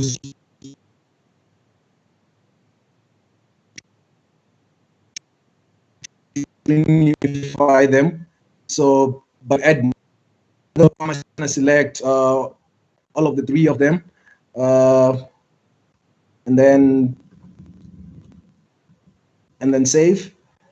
So when we save, when the person here will see their prescription now, so they'll see their prescription and their total. So what they will do is they will.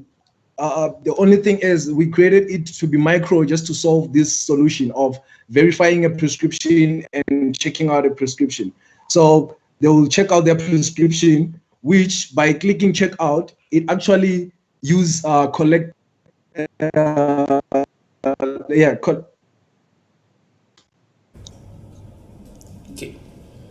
Okay, thank you for that. Your and time which you was have up, and sorry to apologize to cut you. Now we are going to the judges' time. Judges, are you allowing them to continue or questions?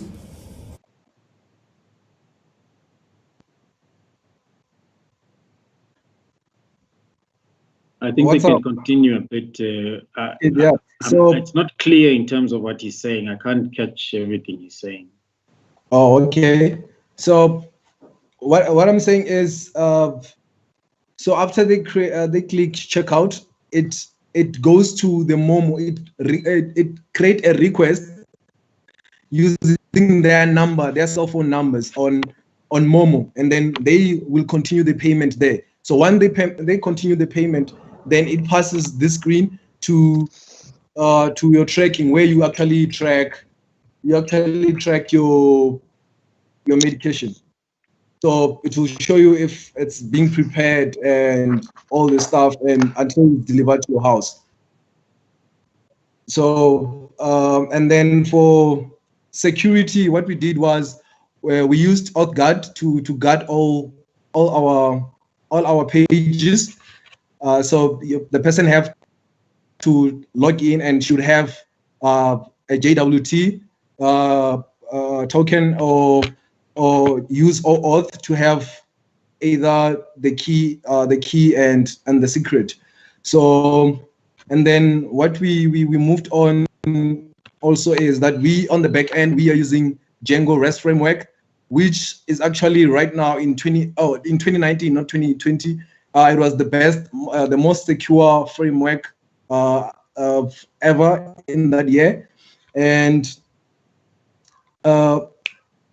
so the next thing is us now using real-time database from Huawei, which we already registered, but we couldn't use because it needed a credit card.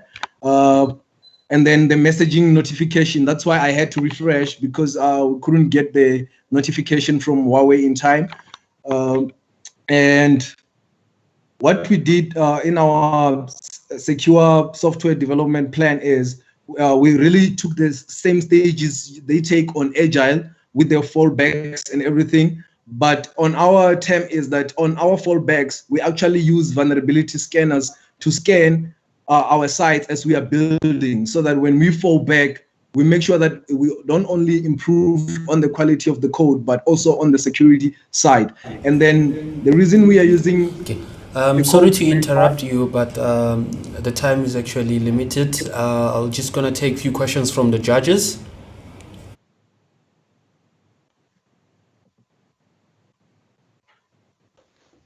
Hi, Liesel here. You've got access to quite personal information. What is your security measures around the Poppy situation with this kind of information? Okay, with the Poppy is that we actually don't keep our data for long. We wipe our data. So we actually smash everything and destroy the data. So the user actually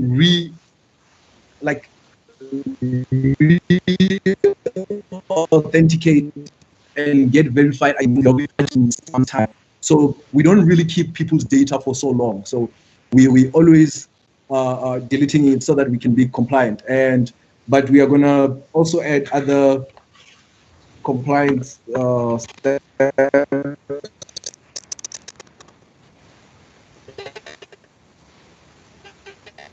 So you're breaking up on our side. Okay. And that's a wrap. Okay, thank you guys for the presentation. Any other questions? And thank you for the judges for the questions. And we're gonna be moving on to the next team. And what do we have? Awesome. So our second last team to have made it into the top 12. Let's get a drum roll. So it's Team Fenic. So Team Fenic, once you're ready, please shout and we'll get your timer started.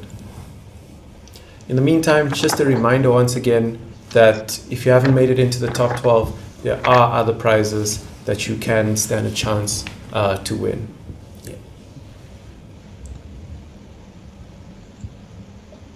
Fenic, are you guys ready?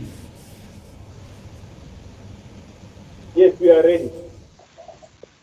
So, please share your screen.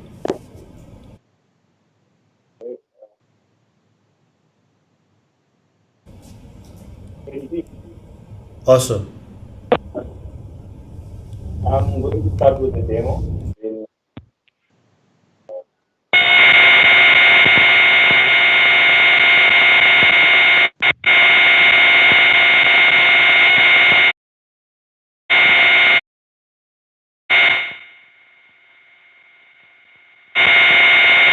And it's not playing. Okay, let me tell you.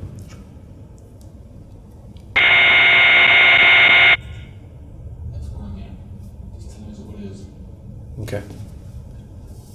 Awesome. My apologies, Team Fenic. So unfortunately, your audio seems to be a bit buggy. If possible, could you try and perhaps use earphones, or if it's the earphones that's the issue, perhaps try and unplug them, because we're not getting good audio this side.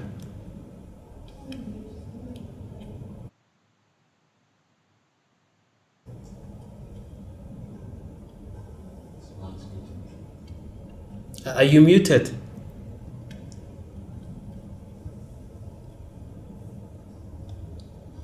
And it seems like your screen is also frozen.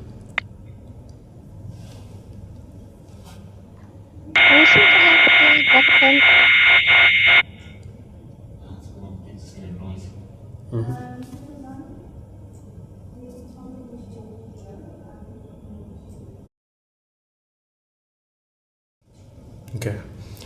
Sorry, so unfortunately we seem to have an audio problem there with Team Fenic. So what we're going to do is we're just going to jump back to Team Black Panther. So can we just confirm, is Team Black Panther, are you guys on the call?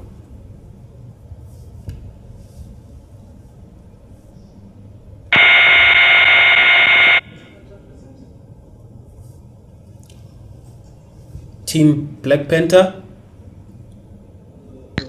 No, it seems like Black Panther is not in the room. We can't seem to get hold of them. Connections. I'm sorry, Tokozani, I've muted you. There seems to be a problem with your audio, so I'm going to keep muting you, okay? So maybe Tokozani, it's best if you leave and come back. Right. With that, perhaps we can take a quick break and we'll be back in just a second. Stay tuned. Introducing MTN Momo. Hey, no excuses. Paper brand at 12. Yeah, we're at 12. Yeah. But we're no trash.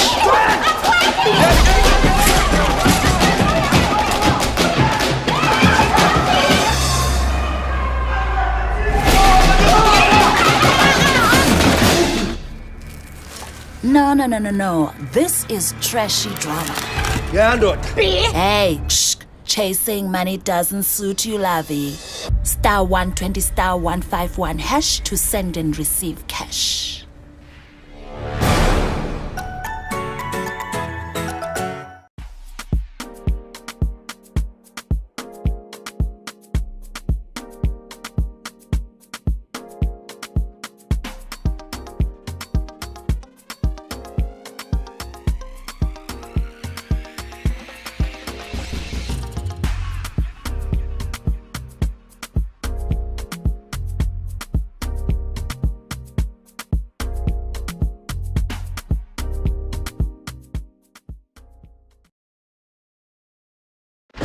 Introducing MTN Momo. When you want to keep your money safe, but then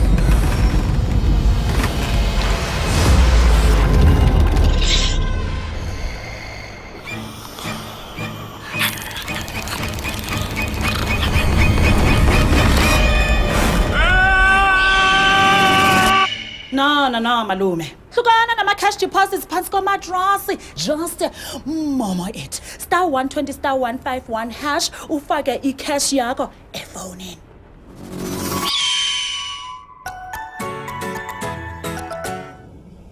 Awesome. And we are back. You know, these things happen, but you know, with tech, you just switch it off and on, and hopefully it's working. So can we go to the team at Philosonic? Is your audio better? Yes, my audio is on. Okay. Guys. Yes, we can hear you. We can hear you. Please share your screen also. We're going to start with a demo. Okay.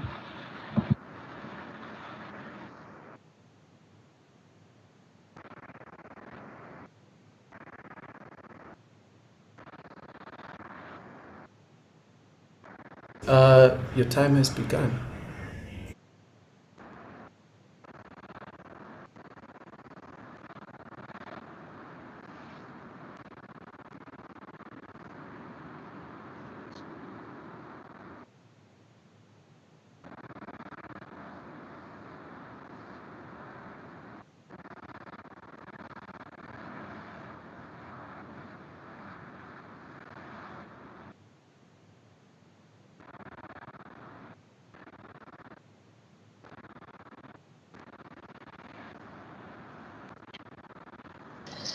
He is just showing us a demo. There won't be any sound right now.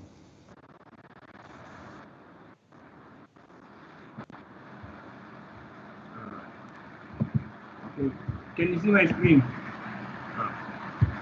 Yes, we can see your screen. Can you hear the sound? We can hear you. I'll just switch to the presentation.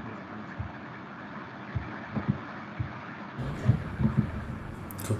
So we can do a suggestion. While you are playing your video, you can actually explain, since we can pick up your mic. So just play the video and just explain what's going on there, so that we don't waste the time, because we're looking at time. Play the video or take us through the presentation, it's fine. Oh, yeah. This is Utute. Utute means to teach yourself in Tswana. thing is, we believe in parental engagement that will help the child's development in a positive way during this COVID situation. The solution on how the problem is going to be solved is that we're looking at parental involvement that leads to student success during the COVID-19, as many students were at home or still at home and were not attending normally as they were used to when going to school. So what we focused on is the app will be separated in a three-base system. This is the home screen, and then from the home screen you'll be able to log in, see the activity feeds. And then from there there is an option on the menu that will allow the parents and the teachers and the students to be able to use the Momo app to be able to top up the tuck shop feature, whereby after topping up the tuck shop feature, the student will be allowed to go to the tuck shop at school and just use the Momo process to pay for whatever that they need to get from the tuck shop during lunch, in order to eliminate long queues, and contact to people, to other students. And then it will also help that learners will be able, after ordering what they require from the tuck shop, they'll just go to the tuck shop and pick it up. There'll be no point of standing in the queue or using cash to pay. So this is our mobile web application. It's the login interface, the backend interface for the staff and the teachers. So yeah, so it's a mini about us page that explains how the system works about us. And then the services web page that explains the services that the backend is going to render. Like you can check overall performance, your assignments and exams. Also, teachers can upload tasks and homeworks, and also check attendance. So yeah, this is our team, but we couldn't load the pictures because of time. Yeah. So we have our contact page here. So this is the button whereby the teachers will be able to log into the back end, the dashboard. So here's the teacher's dashboard and the current task you can do on the website. And then yeah, the team, it's me, Kabazani. I'm a service consultant by profession and aspiring app developer. We also have Lebohang, we have Temba, computer systems graduate, Bongani, software developer, and Mpoza, business analyst. So it's brought to you by Philozeni. So for our SDLC out process, we use Firebase, whereby authentication and cloud storage will be important. And we also used HTML, JavaScript, and CSS for the web pages for the teachers to log in, and they'll be able to upload assignments and grade and check the students' attendance and everything else that's relating to the child. And we also used Android Studio for our mobile application, also the Momo API. That's it from us. Awesome. Thank you so much, and thank you for your presentation. Judges, we're gonna jump to you guys with the questions.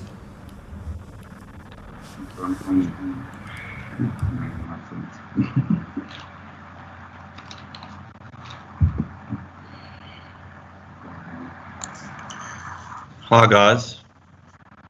Hi. It's a pity, obviously, that we had audio issues, because I was trying to read your presentation. It really did look like you guys are onto something really cool.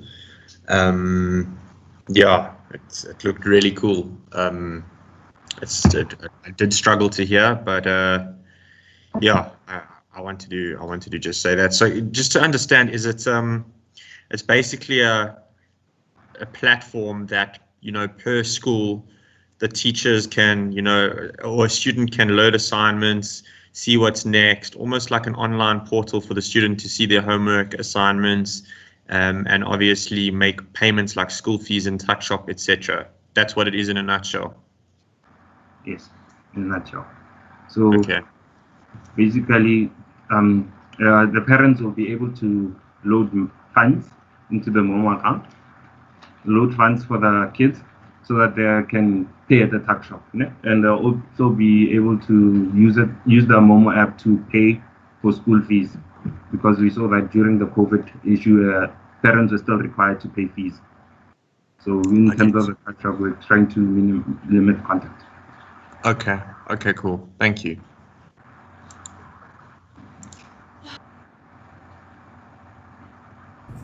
Okay, awesome. Thank you. Any other questions?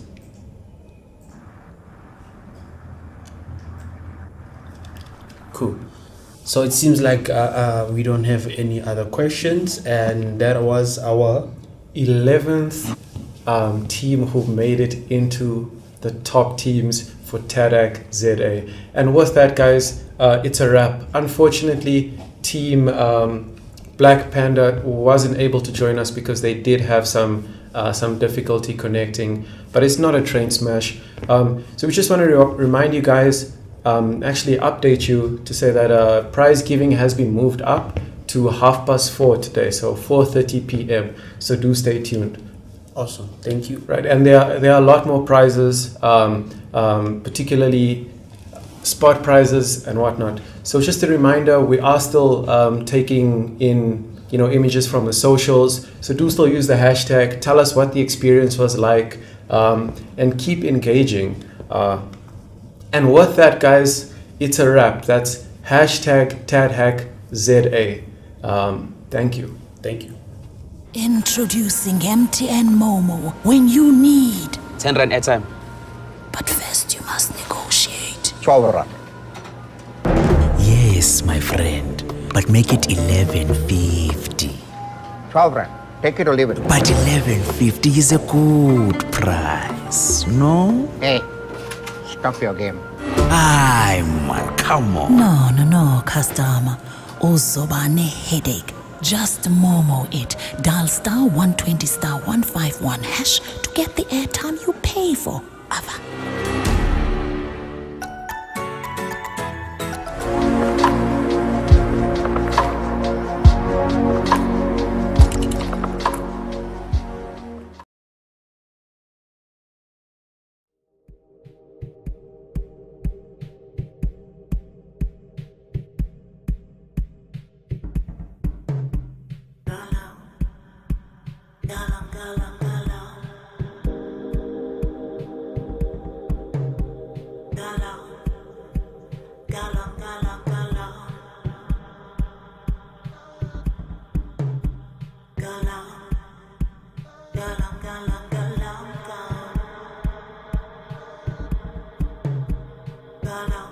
Galang,